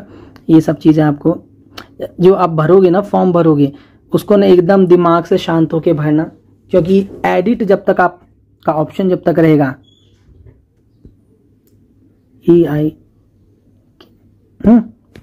एडिट का जब तक ऑप्शन रहेगा तब तक सही है, वरना उसके बाद आपको प्रॉब्लम हो जाएगी।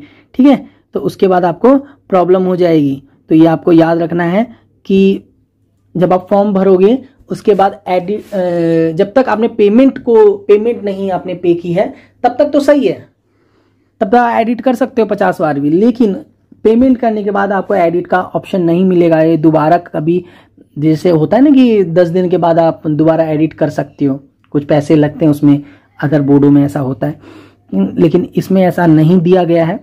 तो अच्छे से एक चीज को 10 बार पढ़ना है, फिर आपको वो चीज करना है, फिर दूसरी चीज को 10 बार पढ़ना है, फिर उसको भरना है। ठीक है, ऐसे करके रिंग के भरना है आपको, तुरंत मत भर देना। ये भर दे तो जल्दी आ गया फॉर्म आ गया, भर दो, ऐसे नहीं करना है, कर देना, वरना गलत कर दोगे सब कुछ। 50 वीडियो जाके देखनी है यूट्यूब पे, मेरी वीडियो देखनी है, मैं लाऊंगा उसके लिए वीडियो, और 50 वीडियो और यूट्यूब पे जाके देखना है आपको। अगर आप फॉर्म भर रहे हो हाँ, तो यूट्यूब पे और 50 जाके वीडियो देखना है कि क्या किस तरीके से आपको फॉर्म भरना है, ये याद रखना भाइयों। देखो मैं आपको जो भी बता रहा हूँ ना, बहुत डीपली चीजें बताता हूँ मैं आपको। हाँ, कभी स्ट्रिक्टली भी बता देता हूँ आपको, थोड़ा डांट के ही बता देता हूँ, तो वो भी एक प्यार ही है, तो उसको भी गलत मत समझना आप। तो ये आपको नोट में है कि आयोग द्वारा किसी भी समय मांगे जाने अभ्यर्थियों को समक्ष प्राधिकार द्वारा निर्गत निम्नलिखित प्रमाण पत्र की मूल प्रवृत्तियां सत्यापन हेतु प्रस्तुत करना अनिवार्य होगा। मतलब कि आपसे मांगी जा सकती हैं ये चीजें, आप सारी चीजें मतलब कि पास भी हो जाओगे तो उसके बाद भी ये मांगी जाएगी। मैट्रिक का मांगा जाएगा क्योंकि ये जन्म का साक्ष्य माना जाता है हर जगह पे, और आपकी जो दक्षता है जो आपने कर रखा है एमए में म्यूजिक की जो भी है, विज्ञापन की खंडिता सैन्य योग्यता के अनुसार अंक प्राप्त होने चाहिए, मतलब कि 50% से ऊपर होना चाहिए, बिहार सरकार का निवासी, राज्य का निवासी होना चाहिए, पिछड़ा वर्ग जो भी है आपका क्रीमी लेयर रहित प्रमाण पत्र होना चाहिए, पिछड़ा वर्ग अत्यंत पिछड़ा वर्ग के उम्मीदवारों के लिए क्रीमी लेयर रहित प्रमाण पत्र, महिला उम्मीदवारों के लिए पिता के नाम पता के निर्गत क्रीमी लेयर रहित प्रमाण पत्र दावा करने की स्थिति में। आपको पता होगा कि जो महिलाएं होती हैं उनका पति का जो होता है प्रमाण पत्र वो वैलिड नहीं होता है, उसके आधार पर आप प्रमाण पत्र नहीं बना सकते हो। जो आपके पिता की जाति होती है वही उसकी बेटी की जाति मानी जाती है। क्यों? आप बोलोगे क्यों? मान लीजिए कि कोई पिता है, उसकी बेटी है, और वो उसकी बेटी मान लीजिए कि वो एससी है या एसटी है, उसने जनरल से शादी कर ली, कोई जनरल कैटेगरी में आता है उससे शादी कर ली, तो अब वो जनरल हो गई है ना, अब वो क्या बना नहीं पाएगी उसका, तो ऐसे नहीं होगा। सिर्फ इसमें कास्ट सिर्फ लड़कों का माना जाता है, लड़कियों का नहीं माना जाता। वो तो जिस घर में जाएंगी जिससे शादी होगी, अब मान लीजिए कोई जनरल में है और उसने शादी कर ली किसी जनरल लड़की है कोई, उसने क्या यूआर में आती है वो, और वो उसने शादी कर ली एससी एसटी से, तो वो क्या भर सकती है? फिर क्या अपने पति के बेस पे क्या वो एसटी का बनवा सकती है? तो नहीं बनवा सकती। उसके पिता का जो होगा वही माना जाएगा। ठीक है, तो पिता का इसमें माना जाता है। इसमें लिखी हुई नहीं है चीजें, आपको मैं बता रहा हूं कि मुझे पता है ये चीजें। पिछड़ा वर्ग, ये सारी चीजें पिछड़ा वर्ग उम्मीदवार के मिले, ये सारी चीजें वही है। चलिए आगे चलते हैं। सारे डॉक्यूमेंट इसमें आपको फिर अगर कुछ डॉक्यूमेंट मांग लेंगे कुछ नहीं मांगेंगे, तो याद रखना ये भी चीज, ये सारी चीजें जरूरी हैं क्योंकि यहाँ पे एक नोट भी दिया गया है। वो ये जो नोट है ये दिव्यांगों के लिए है, क्योंकि म्यूजिक में क्या होता है दिव्यांग भी होते हैं, काफी होते हैं, तो उनके लिए है। आपको यहाँ ये थोड़ा सा देख लीजिए, लोग क्या करते हैं जो आज से 5 साल पहले की जो पासपोर्ट साइज फोटो होती है ना वो लगा देते हैं। वो सब मत लगाना, जाके फोटो खिंचवा लो आज जाके। पासपोर्ट साइज फोटो युक्त पहचान पत्र या आधार कार्ड, ठीक है, फोटो युक्त पहचान पत्र होना चाहिए या आधार कार्ड सर्टिफिकेट। केंद्र सरकार, बिहार सरकार या किसी अन्य राज्य सरकार के अधीन किसी भी पद पर नियुक्त हो तो परीक्षा में भाग लेने हेतु समक्ष प्राधिकार द्वारा निर्गत अनापत्ति प्रमाण पत्र, नो ऑब्जेक्शन सर्टिफिकेट आपको चाहिए होगा। लेकिन आपको ये नहीं है तो 14 में आपके क्या कि आपके पास आधार पहचान पत्र या आधार कार्ड होना चाहिए। दूसरा है आपका हाल का खींचा हुआ 2 फोटो, है ना, हाल में ही खींचा हुआ 2 फोटो आपके पास होना चाहिए, मतलब कि फोटो जाके खिंचवा लो, 2 फोटो उसमें लगेंगी, जो उसका ही आपको स्कैन करके जो भी करना है करना पड़ेगा। लिखित परीक्षा के लिए भरे एवं डाउनलोड किए गए आवेदन की प्रति, है ना, मतलब कि आप जो फॉर्म भरोगे उसको डाउनलोड करके अपने पास संभाल के रखना, ठीक है।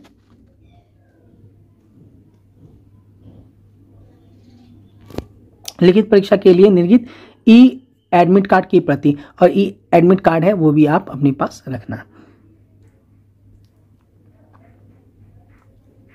यहाँ पे प्रमाण पत्र की जांच होगी आपकी, जो भी चीज है और उसमें यही लिखा हुआ है प्रमाण पत्र की जांच होगी, और कुछ भी गलत निकलने पे आपको निरस्त कर दिया जाएगा, निष्कासित कर दिया जाएगा, और इसलिए सब कुछ अच्छे से भरना। वैसे तो एक प्रावधान होता है कि अगर बाई चांस हमने कुछ उसमें गलत कर दिया तो एफिडेविट एक प्रावधान होता है। सिर्फ कैटेगरी में मत करना गलती, कैटेगरी में गलती का कुछ नहीं है चांस। अगर मान लीजिए आपने नाम में कोई त्रुटि कर दी, पिता के नाम में कोई त्रुटि कर दी, तो उसमें क्या होता है कि आपको एफिडेविट लगा के आप उसको बाद में जब एग्जाम पास हो जाता है तो ये सब चीजें होती हैं। ऐसा नहीं होता कि 1-2 चीजें गलत हो जाती है तो उसकी वजह से सब कुछ बेकार हो जाएगा, ऐसा नहीं होता। ठीक है, तो ये सारी चीजें आपको याद रखनी है। अब यहाँ पे शुल्क की बात कर लेते हैं। बहुत बड़ी वीडियो हो रही है क्योंकि देखो बड़ा है, ये काफी बहुत बड़ा है तो इसलिए बड़ी वीडियो हो रही है। तो काफी बड़ा है ये, 15 पेज 20 पेज का है। तो अभ्यर्थियों के प्रत्येक, अब 10वां पढ़ लेते हैं, शुल्क के बारे में बताया गया है। अभ्यर्थियों को प्रत्येक पद के लिए बायोमेट्रिक फीस भी देनी होगी 200 रुपए, तथा अलग अलग आरक्षण कोटिवार निम्न शुल्क जमा किया जाना है। सबके लिए अलग अलग शुल्क होगा। तो सामान्य के लिए क्या होगा, 750 रुपए होगा। अनुसूचित जाति के लिए क्या होगा, 200 रुपए होगा। बाकी सबके लिए कितना होगा, 200 रुपए होगा। ठीक है, देखो नहीं यहाँ पे थोड़ा सा अलग है, थोड़ा बता देता हूं। सामान्य वर्ग के लिए होगा 750 रुपए, अनुसूचित जाति अनुसूचित जनजाति के लिए 200 रुपए, सभी आरक्षित अनारक्षित वर्ग महिलाओं के लिए 200 रुपए, महिलाओं के लिए सभी के लिए 200 रुपए है। जो दिव्यांग हैं उनके लिए 40% या उससे अधिक के लिए 200 रुपए, और अन्य सभी उम्मीदवारों के लिए 750 रुपए। मतलब कि महिलाओं को छोड़ के, मतलब कि आपको बता देता हूं मैं कि UR जनरल, OBC, EBC इन तीनों के लिए सेम पैसा है। ठीक है, 750 रुपए तीनों को भरना है। और क्योंकि यहाँ पे इन्होंने स्पष्ट बता दिया है कि अनुसूचित जाति अनुसूचित जनजाति के लिए 2 है, मतलब कि SC और ST के लिए 200 रुपए है। हाँ, और बाकी महिलाओं के लिए, जो महिला है लेडी हैं, उनके लिए भी 200 रुपए है। लेकिन यहाँ पे उन्होंने बोल दिया इन सभी को छोड़ के अन्य सभी उम्मीदवारों के लिए 750 रुपए। यहाँ पे आप कहीं पे देख रहे हो पिछड़ा वर्ग, अत्यंत पिछड़ा वर्ग नहीं है ना, तो आपके लिए कितना होगा, 750 रुपए हो गया। UR के लिए कितना होगा, UR के लिए भी 750 रुपए होगा। ठीक है, होगा। अब देखिए यहाँ पे क्या है कि आपको नोट में यहाँ पे बताया गया है कि वैसे अभ्यर्थी जिसके द्वारा ऑनलाइन आवेदन में पहचान पत्र के रूप में आधार कार्ड अंकित जो करेगा, उसे बायोमेट्रिक फीस 200 रुपए के अतिरिक्त शुल्क प्रति का भुगतान नहीं करना होगा। कि मतलब अगर आपने पहचान पत्र, कुछ लोग भर देते हैं तो उनको 200 रुपए देना पड़ेगा, अगर जो लोग आधार कार्ड भरेंगे उन्हें 200 रुपए नहीं देना पड़ेगा। यही लिखा हुआ है, यहाँ पे देख सकते हैं आप। वैसे अभ्यर्थी जिनके द्वारा ऑनलाइन आवेदन की पहचान पत्र के रूप में आधार कार्ड, आधार नंबर अंकित किया जाता है, उन्हें बायोमेट्रिक फीस के रूप में 200 रुपए अतिरिक्त शुल्क प्रति पद का भुगतान नहीं करना होगा। मतलब कि 750 रुपए प्लस 200 रुपए, तो 950 रुपए आपको फीस हो गई ना आपकी। तो अगर आप पहचान पत्र डालोगे तो फिर उसमें आपको ज्यादा करना पड़ेगा, 200 रुपए एक्स्ट्रा करना पड़ेगा। चलिए आगे चलते हैं। वैसे भी आरक्षित कोटि के अभ्यर्थी, अनारक्षित महिला अभ्यर्थी जिनके द्वारा रियायती परीक्षा शुल्क जमा किया जाता है और भविष्य में वैसे अभ्यर्थी द्वारा आरक्षण दिव्यांग एवं बिहार राज्य के स्थायी निवासी संबंधी प्रमाण पत्र प्रस्तुत नहीं किया जाता है या उस पर किसी प्रकार का संदेह उत्पन्न होता है, तो उन्हें रियायती परीक्षा शुल्क कैंसिलेशन एग्जामिनेशन फी के आधार पर अनहित किया जा सकता है। मतलब कि आपके पास वही सारी चीजें होनी चाहिए। अगर आप बिहार के नागरिक हो या उनको शक होगा कि आप बिहार के नहीं हो तो आपको वहां से निकाल दिया जाएगा। इसलिए जो बिहार के नागरिक हो वही भरें। और जिनके पास बिहार के जो हैं और जिनके पास जाति प्रमाण पत्र नहीं हो या जिनके पास निवास प्रमाण पत्र नहीं हो, वो बनवा सकते हैं, आराम से बन जाता है, कोई प्रॉब्लम नहीं होती है। आइए 11वां पॉइंट पढ़ते हैं। यहाँ पे देखिए क्या दिया गया है कि ऑनलाइन आवेदन प्रारंभ करने की जो तिथि है वो 15 तारीख है। 15 ये मई है, जून मई सॉरी 15 2 मिनट क्या कर दिए इन्होंने यहाँ पे बताया 15 जून। ठीक है, 15 जून से आप 15 तारीख से लेके 15 जून से 12 जुलाई तक 12 जुलाई तक आप फॉर्म को भर सकते हैं। 15 जून से 12 जुलाई तक आप फॉर्म को भर सकते हैं, तो कोई प्रॉब्लम नहीं होगी आपको, आराम से भरते रहिए। उसके बाद जुलाई के बाद आपका सीधे एग्ज़ाम आ जाएगा, है ना। अगस्त में आपका एग्ज़ाम है, मतलब ये 1 महीने का भी टाइम नहीं मिला है, इसलिए आपको उन्होंने क्या किया है, उन्होंने डेट क्यों पहले निकाल दी, एग्ज़ाम डेट पहले क्यों निकाल दी उन्होंने, पता है आपको। कभी कहीं पे भी ऐसा होता है कि नोटिफिकेशन से पहले एग्ज़ाम बता दिया होगी, एग्ज़ाम है भाई आपका। क्यों किया गया ऐसा? क्योंकि उनको ये चीज़ करना था। आप फॉर्म भरोगे, उसके 1 महीने के बाद आपका एग्ज़ाम हो जाएगा। अगर आप कंप्लेन करते हो कि अब हमें दो, तो वो बोलेंगे हमने आपको एग्ज़ाम डेट पहले ही बता दी थी। ठीक है,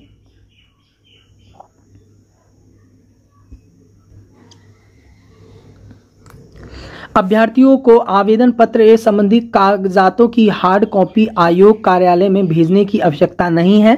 कुछ लोग होते हैं ना कि सीधे कार्यालय भेज देते हैं अपनी, तो वो नहीं है, सब कुछ ऑनलाइन हो चुका है 2014 के बाद। अभ्यर्थी द्वारा हार्ड कॉपी का आवेदन या किसी भी कोई भी पूरक कागजात यदि दिया जाता है, तो वो हार्ड कॉपी आवेदन कागजात और उसके आधार पर किया गया कोई दावा अनुमान्य होगा, मतलब कि सब कुछ ऑनलाइन करना है। अभ्यर्थी द्वारा ऑनलाइन आवेदन में भरे गए शैक्षणिक योग्यता एवं आरक्षण संबंधी दावों को सत्य मानते हुए परीक्षा आयोजित करने की कार्यवाही की जाएगी। ऑनलाइन आवेदन भरे गए प्रमाण पत्र की जांच नियुक्त प्राधिकार द्वारा किया जाएगा। आगे पढ़ लेते हैं। ऑनलाइन आवेदन भरने से संबंधित विस्तृत जानकारी आप यहाँ पे जाके देख सकते हैं, सारी जानकारी आपको यहाँ पे मिल जाएगी। चलिए आगे चलते हैं। आप देख रहे हैं ना कितना टेलीग्राम पे का मैसेज आ रहा है, देखिए मैसेज आता रहता है। अब देख लीजिए यहाँ पे, ये देख लीजिए, अभ्यर्थी ऑनलाइन आवेदन भरने के पूर्व उक्त दिशा निर्देश का भली भांति अध्ययन कर लेंगे तथा ऑनलाइन आवेदन भरने के क्रम में सभी सूचनाएं सही सही स्पष्ट अंकित करेंगे। सब कुछ अच्छे से करना है, आपको लिखना है, प्रॉब्लम नहीं होनी चाहिए कोई सी भी चीज में। अच्छे से आपको मैंने क्या बोला, यूट्यूब पे 50 वीडियो देख के फॉर्म को भरना है, 50 गिन लेना, 50 वीडियो देख के भरना है आपको। मैं क्यों कह रहा हूं, आपको आता है, मुझे भी पता है आपको आता है फॉर्म भरना, तब भी क्यों बोल रहा हूं 50 वीडियो देख के भरने के लिए। गलती नहीं करनी है आपको, मतलब कि लिख दिया आपने, फिर चेक करो एडिट करने से पहले अपने, क्योंकि दिमाग कभी होता है उधर उधर हो जाता है। नहीं, अच्छी तरीके से आपको कि स्पेलिंग, एक एक स्पेलिंग चेक करना है। आपका नाम है, जैसे मेरा नाम महेश है, तो मैं अपने महेश राय मेरा नाम है, तो मैं उसमें अच्छी तरीके से लिखता हूं, उसमें MAHESH, फिर मैं उसे देखूंगा। इस तरीके से आपको करना है, जैसे बालक लोग करते हैं।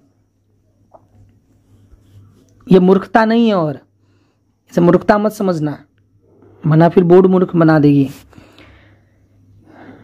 अभ्यर्थी ऑनलाइन आवेदन भरने से पूर्व उक्त निर्देश भली भांति अध्ययन कर लेंगे तथा ऑनलाइन आवेदन भरने के क्रम में सही सही सूचना स्पष्ट रूप से अंकित करेंगे। रजिस्ट्रेशन एप्लीकेशन का विवरण भरने के बाद एडिट, यहां पे मैंने बोला ना एडिट का ऑप्शन रहेगा, जो पेमेंट करने के पूर्व तक ही उपलब्ध होगा। इसमें अभ्यर्थी द्वारा भरी गई किसी भी प्रविष्टि में एडिट करने का प्रावधान रहेगा। इसका मतलब यह है कि जो स्टूडेंट है वही उसको एडिट कर पाएंगे एप्लीकेशन नंबर से। और एप्लीकेशन मतलब कि रजिस्ट्रेशन जो है, रजिस्ट्रेशन के साथ ही आपका फॉर्म भी भरा जाएगा। तो जब आपका रजिस्ट्रेशन होगा उसी टाइम आपका फॉर्म भरा जाएगा। मतलब कि पहले क्या होता था कि रजिस्ट्रेशन अलग होता था, फॉर्म अलग भरा जा रहा है, रजिस्ट्रेशन अलग हो रहा है, ऐसे नहीं होगा। फॉर्म रजिस्ट्रेशन एक साथ आपका होगा, दोनों चीज एक ही साथ होगा, ये भी आपको याद रखना है। एक एक चीज एक्सप्लेन कर रहा हूं, आप देख रहे हो ना, फीडबैक देना आप बच्चे से। तो आपका ये हो गया कि एप्लीकेशन कर दिया आपने, उसके बाद आपने एडिट करके बता दिया। पेमेंट करने से पूर्व आपको फिर से एक बार चेक कर लेना है कि अगर आपने पेमेंट कर दी उसके बाद एडिट नहीं कर पाएंगे। परीक्षा शुल्क ऑनलाइन पेमेंट करने से पूर्व अभ्यर्थी सुनिश्चित कर ले कि आवेदन की पुष्टि की गई सारी सूचनाएं सही हैं कि नहीं, मतलब कि आपकी सारी सूचनाएं पुष्टि कर लें उसकी। पेमेंट के उपरांत अभ्यर्थी द्वारा ऑनलाइन आवेदन में की गई प्रविष्टि में एडिट का कोई प्रावधान नहीं रहेगा। फिर आप एडिट नहीं कर पाओगे, फिर आप मुझे मैसेज करोगे ये सर किस तरीके से हम एडिट कर दें, मेरे गलती से ये हो गया। गलती से गलती हो गया तो फिर वो नहीं सुना जाएगा। हाँ, आपको मैं एक चीज ये बता दूं कि आप एग्जाम अगर क्वालिफाई हो जाते हो आप और आपने कोई प्रॉब्लम कर दी है तो एक प्रावधान होता है बाहर राज्यों में और राज्यों में जो वैकेंसी आती है उसमें ये प्रावधान होता है एफिडेविट का। अगर आपने कैटेगरी में बस प्रॉब्लम मत कर देना आप, है ना, कैटेगरी में प्रॉब्लम मत कर देना और जो उसकी एलिजिबिलिटी है उसमें गलती मत कर देना। और जैसे आपने नाम में कर दिया, पिता के नाम में कर दिया, माता के नाम में कर दिया, तो उसके लिए एफिडेविट लगा के उसको सही किया जाता है बाद में। लेकिन क्यों करना, आप जबरदस्ती क्यों गलत कर दोगे, मत करना। परीक्षा शुल्क में के ऑनलाइन पेमेंट के बाद अभ्यर्थी उसी टाइम लॉगिन कर डैशबोर्ड पर उपलब्ध डाउनलोड फाइल्ड एप्लीकेशन सेक्शन से भरा हुआ आवेदन डाउनलोड कर लेंगे। मतलब जो एप्लीकेशन आपने भर दिया छोड़ नहीं दोगे, उसका जो पीडीएफ है उसको डाउनलोड करके उसकी प्रिंट आउट निकाल के आपको संभाल के रख लेनी है। समझ रहे हो आप? फॉर्म जो भरोगे ना वैसे उसकी जरूरत नहीं पड़ती है, लेकिन कुछ प्रॉब्लम हो गई, जरूरत पड़ गई तो आपको वो फॉर्म भर के उसकी पीडीएफ निकाल के उसका प्रिंट आउट निकाल के, फॉर्म में नहीं रहने देना, प्रिंट आउट निकाल के अपने बक्से में डाल के रख लेना। आगे देखिए, नोट में कह दिया गया वैसे अभ्यर्थी जिन्हें ऑनलाइन आवेदन की प्रक्रिया पूर्ण कर ली हो फिर किसी त्रुटि के दृष्टिगत अपना आवेदन कैंसिल करना चाहते हो, वे आवेदन करने की अंतिम तिथि के पूर्व अपने एप्लीकेशन को कैंसिल करते हुए उसी मोबाइल नंबर, ईमेल आईडी के द्वारा रजिस्ट्रेशन एवं नए सिरे से परीक्षा शुल्क का भुगतान करके आवेदन की प्रक्रिया पूर्ण कर सकते हैं। ऐसी स्थिति में पूर्व में किया गया परीक्षा शुल्क का भुगतान वापस नहीं किया जाएगा। इन्होंने कह दिया, मान लो आपने गलती कर दी और पेमेंट भी कर दिया, लेकिन गलती तो आपने कर दी, फिर आपको क्या करना है, सब कुछ डिलीट मार दोगे, उसी नंबर से उसी ईमेल आईडी से उसे डिलीट मार देना है और शुरू से करना है। लेकिन उसमें आपको पैसे वापस नहीं होंगे, दोबारा आपको पैसे, मतलब कि आपके जो 750 रुपए हैं वो बर्बाद माने जाएंगे, जो 200 रुपए बायोमेट्रिक का वही बर्बाद माना जाएगा।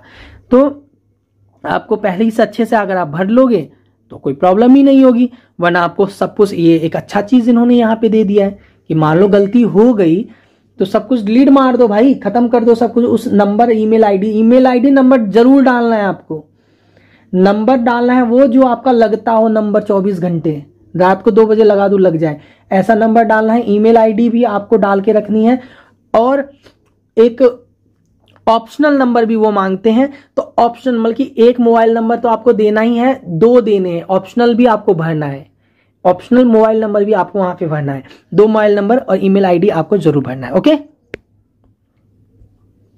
आगे चलते हैं। ये देखिए, ऑनलाइन आवेदन भरने हेतु आवश्यक विस्तृत निर्देश यहाँ पे अनुपालन करने पर एवं ऑनलाइन आवेदन भरने के क्रम में अभ्यर्थी द्वारा की गई प्रविष्ट किसी प्रकार की त्रुटि के लिए आयोग जिम्मेदार नहीं होगा। ठीक है ना, आपसे गलती होगी तो भाई आपकी गलती है, आयोग क्यों जिम्मेदारी, आयोग नहीं ले रहा कोई जिम्मेदारी, स्पष्टीकरण दे दिया, क्योंकि आपसे फॉर्म भरवाने टाइम में साइन भी करवाया जाएगा,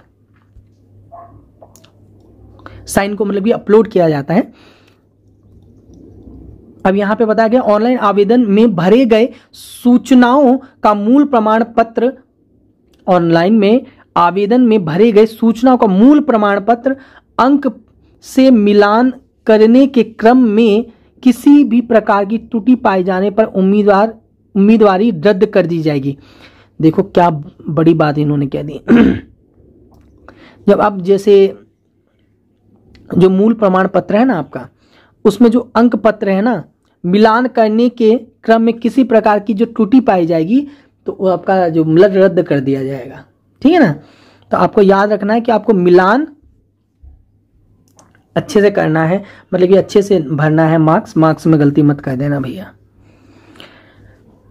अभ्यर्थियों का नाम, जन्मतिथि, कोटि, परीक्षा शुल्क इत्यादि से संतुष्टि होने के उपरांत ही ऑनलाइन परीक्षा शुल्क जमा करेंगे। ठीक है, सब कुछ पुष्टि हो जाएगी तभी आपको पेमेंट करना। उसके बाद चौथा है ऑनलाइन आवेदन के अंकित ईमेल आईडी, मोबाइल नंबर तथा प्राप्त यूजर नेम ए पासवर्ड को सुरक्षित रखना आवेदन की जिम्मेदारी होगी। उसका जो पासवर्ड डाल के आप रखते हैं ना, उसको आप याद करके रख लेना। अभ्यर्थी ऑनलाइन आवेदन भरने के क्रम में अपने ही कार्यरत मोबाइल नंबर एवं ईमेल आईडी अंकित करेंगे, अपना ही करना। किसी भी परिस्थिति में किसी अन्य व्यक्ति को मोबाइल नंबर एवं ईमेल आईडी अंकित नहीं करेंगे, आपका पर्सनल होना चाहिए, लेकिन पर्सनल नहीं है तो हस्बैंड का कर सकते हैं, मम्मी पापा का कर सकते हैं। फिर हो गया आपका मात्र रजिस्ट्रेशन एवं परीक्षा शुल्क का भुगतान करने से यह नहीं माना जाएगा कि अभ्यर्थी द्वारा पूर्ण रूप से ऑनलाइन आवेदन भर लिया गया है। ठीक है, रजिस्ट्रेशन से ही नहीं इसे मान लिया जाएगा। इंटरनेट या बैंकिंग अवधान के लिए आयोग उत्तरदायी नहीं रहेगा। इंटरनेट की अवधान की वजह से आपको कोई भी प्रॉब्लम होगी तो उसके लिए नहीं आयोग। अभ्यर्थी अंतिम तिथियों का इंतजार नहीं करेंगे एवं उनके पूर्व ही सभी प्रक्रिया पूरी कर लेंगे। ठीक है, याद रखना, मतलब कि ये डेट नहीं बढ़ाने वाले। आप सोचो कि डेट बढ़ा दे, नहीं बढ़ाएंगे वो। अभ्यर्थी को ऑनलाइन आवेदन करते समय अपनी स्पष्ट अच्छी तस्वीर वेबकैम के माध्यम से खींच कर अपलोड करना सुनिश्चित करेंगे। ठीक है, मतलब कि अच्छी फोटो करना है आपको। कैसे करना है? अच्छी फोटो करना है, और आपको बैकग्राउंड जो रखना है ना, तो वो आप वाइट रखना। ठीक है, बैकग्राउंड वाइट रखना। कुछ लोग रेड करवा देते हैं, ग्रीन करवा देते हैं, वो सब नहीं करवाना है आपको, वाइट रखा करो बैकग्राउंड। उसके बाद देखिए आगे क्या लिखा हुआ है।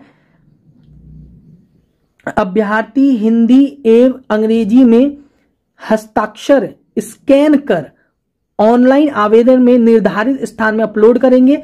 उम्मीदवार संतुष्ट हो लेंगे कि अपलोड किया गया हिंदी एवं अंग्रेजी का जो हस्ताक्षर का इमेज जो है वो अपलोड अच्छी तरीके से हो गया है। सब कुछ अच्छे से देख लेना है। ठीक है, क्योंकि आप अपलोड करते हो ना, तो साइड में एक अपलोड का बटन आता है। आपने अब जैसे आपने गैलरी में गए, जैसे फॉर्म भर रहे हो, क्लिक किया, वहां पे गैलरी में गए, फोटो चुना, फोटो चुन लिया, तो फिर साइड में अपलोड का होता है, वहां पे क्लिक करना पड़ता है, तब वो अपलोड होता है। आप में से नेट का फॉर्म जो लोग भर रहे होंगे तो उनको पता होगा अच्छे से। अब चलिए आगे चलते हैं। अभ्यर्थी हिंदी ये हो गया। अब ये हो गया सामान्य प्रशासन विभाग बिहार सरकार के ये जो है पत्रांक, ये दिनांक है, इसके अनुसार पीडब्ल्यूडी के बारे में इसमें बताया गया है। ठीक है, देख लेना।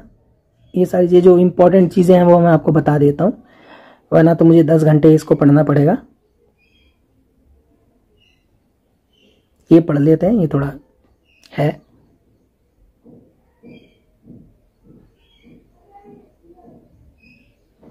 देखो यहां पे क्या लिखा हुआ है। आवेदक यह भी सुनिश्चित कर ले कि डाउनलोड किए गए आवेदन की हार्ड कॉपी के प्रत्येक पृष्ठ पर रजिस्ट्रेशन नंबर, बार कोड एवं सबमिटेड एप्लीकेशन नंबर अंकित है कि नहीं।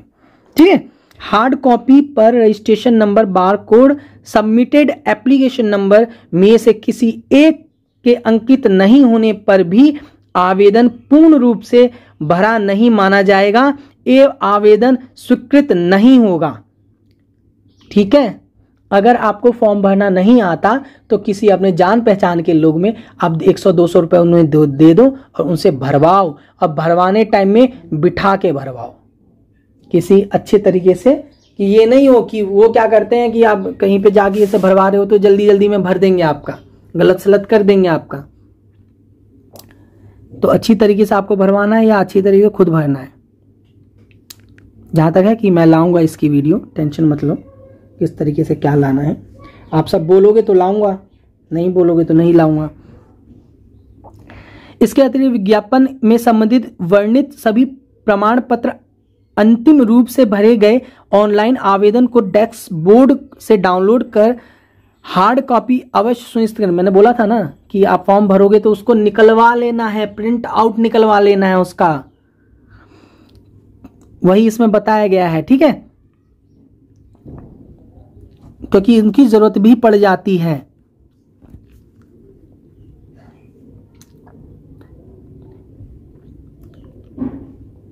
अब ये महत्वपूर्ण निर्देश दे दिया गया है। अंतिम रूप से भरे गए ऑनलाइन आवेदन को सबमिट करने के बाद अभ्यर्थी उसी समय पुनः लॉगिन कर, आप देखो सबमिट तो कर दिया आपने, सब कुछ भर, फिर उसी समय पुनः लॉगिन कर डैशबोर्ड पर उपलब्ध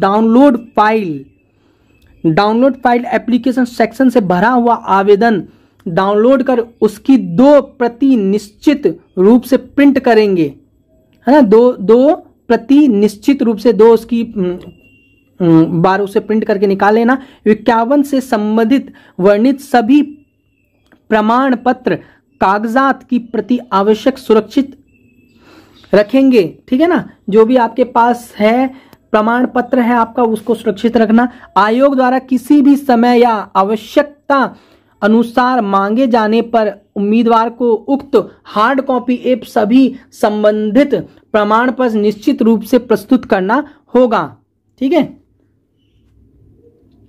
ऑनलाइन आवेदन भरने के क्रम में संलग्न प्रमाण पत्रों की सूची के अंकित प्रत्येक प्रमाण पत्र के सामने अभ्यर्थी प्रमाण पत्र निर्गत की तिथि एवं संख्या अंकित करेंगे। आवेदक द्वारा ऑनलाइन आवेदन भरने मात्र से ही उसकी अभ्यर्थी सुनिश्चित नहीं मानी जाएगी। अभ्यर्थी की अर्हता से संबंध में अभ्यर्थियों द्वारा प्रस्तुत कागजात के आधार पर अंतिम निर्णय लिया जाएगा, ठीक है। याद रखना है ये भी आपको। ये सब मैं आपको क्यों एक्सप्लेन कर रहा हूं पता है, वो चीजें तो मैंने आपको पहले ही एक्सप्लेन कर दी थी, ये बाद की चीज है ना, ये बाद की चीज है, इसलिए एक्सप्लेन करके बता रहा हूं। ये वीडियो होगी, लंबी होगी, 1-2 घंटे की होगी वीडियो, लेकिन आपको अच्छे से करना है। जिन्होंने स्किप किया, स्किप करके फालतू में कमेंट करके पूछेंगे तो मैं सबका जवाब तो नहीं दे पाऊंगा, और जिन्होंने अच्छे से वीडियो पूरी देखी तो उन्हें पूछने की जरूरत ही नहीं पड़ेगी। शैक्षणिक प्रशैक्षणिक योग्यता तथा शिक्षक पात्रता दक्षता परीक्षा उत्तीर्ण होने संबंधी प्रमाण पत्र वही मान्य होंगे जिसका उल्लेख उम्मीदवार ने अपने मूल आवेदन पत्र में किया है। मतलब कि आपने आवेदन में कुछ कर दिया और जब दिखाने की बारी आई तो आप कुछ दिखा रहे हो, तो ऐसा नहीं होगा। इस विज्ञापन से संबंधित सभी सूचनाएं आयोग के वेबसाइट इतने पे www.bpsc.bih.nic.in पर प्रकाशित की जाएगी। समाचार पत्रों में अलग से प्रकाशन अपेक्षित नहीं होगा, मतलब कि वेबसाइट पे ही जाके किसी चीज पे विश्वास करना है। ऐसा नहीं करना है कि कल को मान लो, अभी तो पता ही आपको कि न्यूज़पेपर के माध्यम से तो कुछ भी आता रहता है। न्यूज़पेपर के माध्यम में आप देखना 2-4 दिन के बाद क्या होगा, 2-4 दिन के बाद आप न्यूज़पेपर में 50 तरह की चीजें और पढ़ने को मिलेंगी। तो वो नहीं करना है, वेबसाइट पे जाना है और उसे पता करना है। जब तक आपको आयोग के द्वारा कोई भी नोटिस नहीं मिलती है तब तक आपको लोगों की बात नहीं सुननी है। आगे चलते हैं। इस विज्ञापन के लिए निर्धारित ऑनलाइन आवेदन के अतिरिक्त अलग से मुद्रित अंकित हस्तलिखित आवेदन स्वीकृत नहीं किए जाएंगे तथा परीक्षा शुल्क भुगतान किसी भी परिस्थिति में वापस नहीं किया जाएगा। मतलब कि परीक्षा दी नहीं वापस, मतलब कि शुल्क जो आपने दिया है वो वापस नहीं किया जाएगा, ठीक है, याद रखना। आवेदक द्वारा ऑनलाइन आवेदन के सभी प्रवृत्तियां सावधानी से भरा जाएगा। ये आपको बता चुका हूं मैं, सावधानी से भरो सब कुछ। यहाँ पे ये बस एंड है ये, ठीक है ना, पढ़ ही देता हूं इसको, एंड है। आवेदक द्वारा ऑनलाइन आवेदन में सभी प्रविष्टियां सावधानी से भरी जाएं। भविष्य में किसी प्रकार का परिवर्तन सुधार मान्य नहीं होगा। किसी भी प्रकार की त्रुटि हेतु आयोग उत्तरदायी नहीं होगा एवं कोई भी प्रतिकूल परिणाम हेतु आवेदक स्वयं जिम्मेदार नहीं होगा। साफ साफ कह दिया भैया, अच्छे से फॉर्म भरो, ये कहा है इन्होंने। अगर तुमने उंगली खुद कर दी, उसमें गलत भर दिया, फिर बाद में वो करेंगे एफिडेविट भी, मुझे लग रहा है इन्होंने ऐसे बना के दे दिया ना, बाद में कोई प्रॉब्लम तुमने कर दी तो एफिडेविट से भी वो सही हो सकता है कि नहीं हो सकता, उसका भी प्रमाणित नहीं किया जा सकता कि बाद में आपका एफिडेविट से वो सही होगा कि नहीं। इसलिए पहले ही आपको अच्छे से फॉर्म को भरना है। 50 वीडियो देखनी है भाई साहब, समझ रहे हो। मेरे स्टूडेंटों, प्यारे भाइयों, प्यारे बहनों, जो भी आप भर रहे हो, उनको 50 वीडियो देखनी है। आपको बोलो 50 सर, 50 वीडियो कैसे देखेंगे हम? 50 जाके देखोगे, दिमाग खुलना चाहिए, आपका दिमाग खुल जाए, हाँ इसमें ये था, ऐसा होना चाहिए। वीडियो जाके देखोगे, मैं तो लाऊंगा ही, मेरी वीडियो भी देखोगे और उसके अलावा भी देखोगे। लिख दोगे बीपीएससी फॉर्म कैसे भरें, बिहार म्यूजिक टीचर का फॉर्म कैसे भरें, ये सब डालोगे, बिहार टीचर का फॉर्म कैसे भरें, ये सारी चीजें डालोगे तो आएगा वहां पे। ठीक है, तो ये सारी चीजें हैं। यहाँ पे सिग्नेचर है और संयुक्त सचिव सह परीक्षा, यहाँ पे बिहार लोक सेवा आयोग पटना। तो ये है आपका पूरा हो चुका है ना ये? हाँ, और भी है कुछ? नहीं, अब नहीं है। तो भाइयों ये था, तो देख लीजिए, आपका ये 1.5 घंटे की वीडियो बन चुकी है। तो लेकिन आपको एक चीज याद रखना, स्किप करके मत देखना, बहुत मेहनत लगती है वीडियो बनाने में, बहुत मेहनत लगती है और अच्छे से आपको तैयारी करनी है। मेरी दुआएं आपके साथ हैं, मेरा सपोर्ट आपके साथ है, और जो आपको प्रॉब्लम हो वो कमेंट करके पूछें। और अभी तक आपने चैनल को सब्सक्राइब नहीं किया है तो चैनल को सब्सक्राइब करने से पहले चैनल को शेयर जरूर करें। आपको मैं बोलता हूं चैनल को शेयर करो ताकि हर व्यक्ति तक हेल्प पहुंचे, ठीक है। और चैनल को सब्सक्राइब नहीं किया है तो चैनल को सब्सक्राइब कर दो, लाइक कर दो, बेल आइकन प्रेस कर दो। कोई भी प्रॉब्लम होता है कमेंट करके पूछ सकते हैं। बाकी टेलीग्राम का लिंक डिस्क्रिप्शन में आपको मिल जाएगा, वहां से जुड़ जाइए। प्लेलिस्ट का भी लिंक आपको डिस्क्रिप्शन में मिल जाएगा, तो वहां से भी आप जुड़ जाइए। तो आज के लिए इतना ही। तो अपना ध्यान रखिएगा, पढ़ते रहिएगा, खुश रहिएगा, स्वस्थ रहिएगा, मस्त रहिएगा और प्रिपरेशन के साथ जबरदस्त रहिएगा। तो थैंक यू एवरीवन। जय हिंद, जय भारत।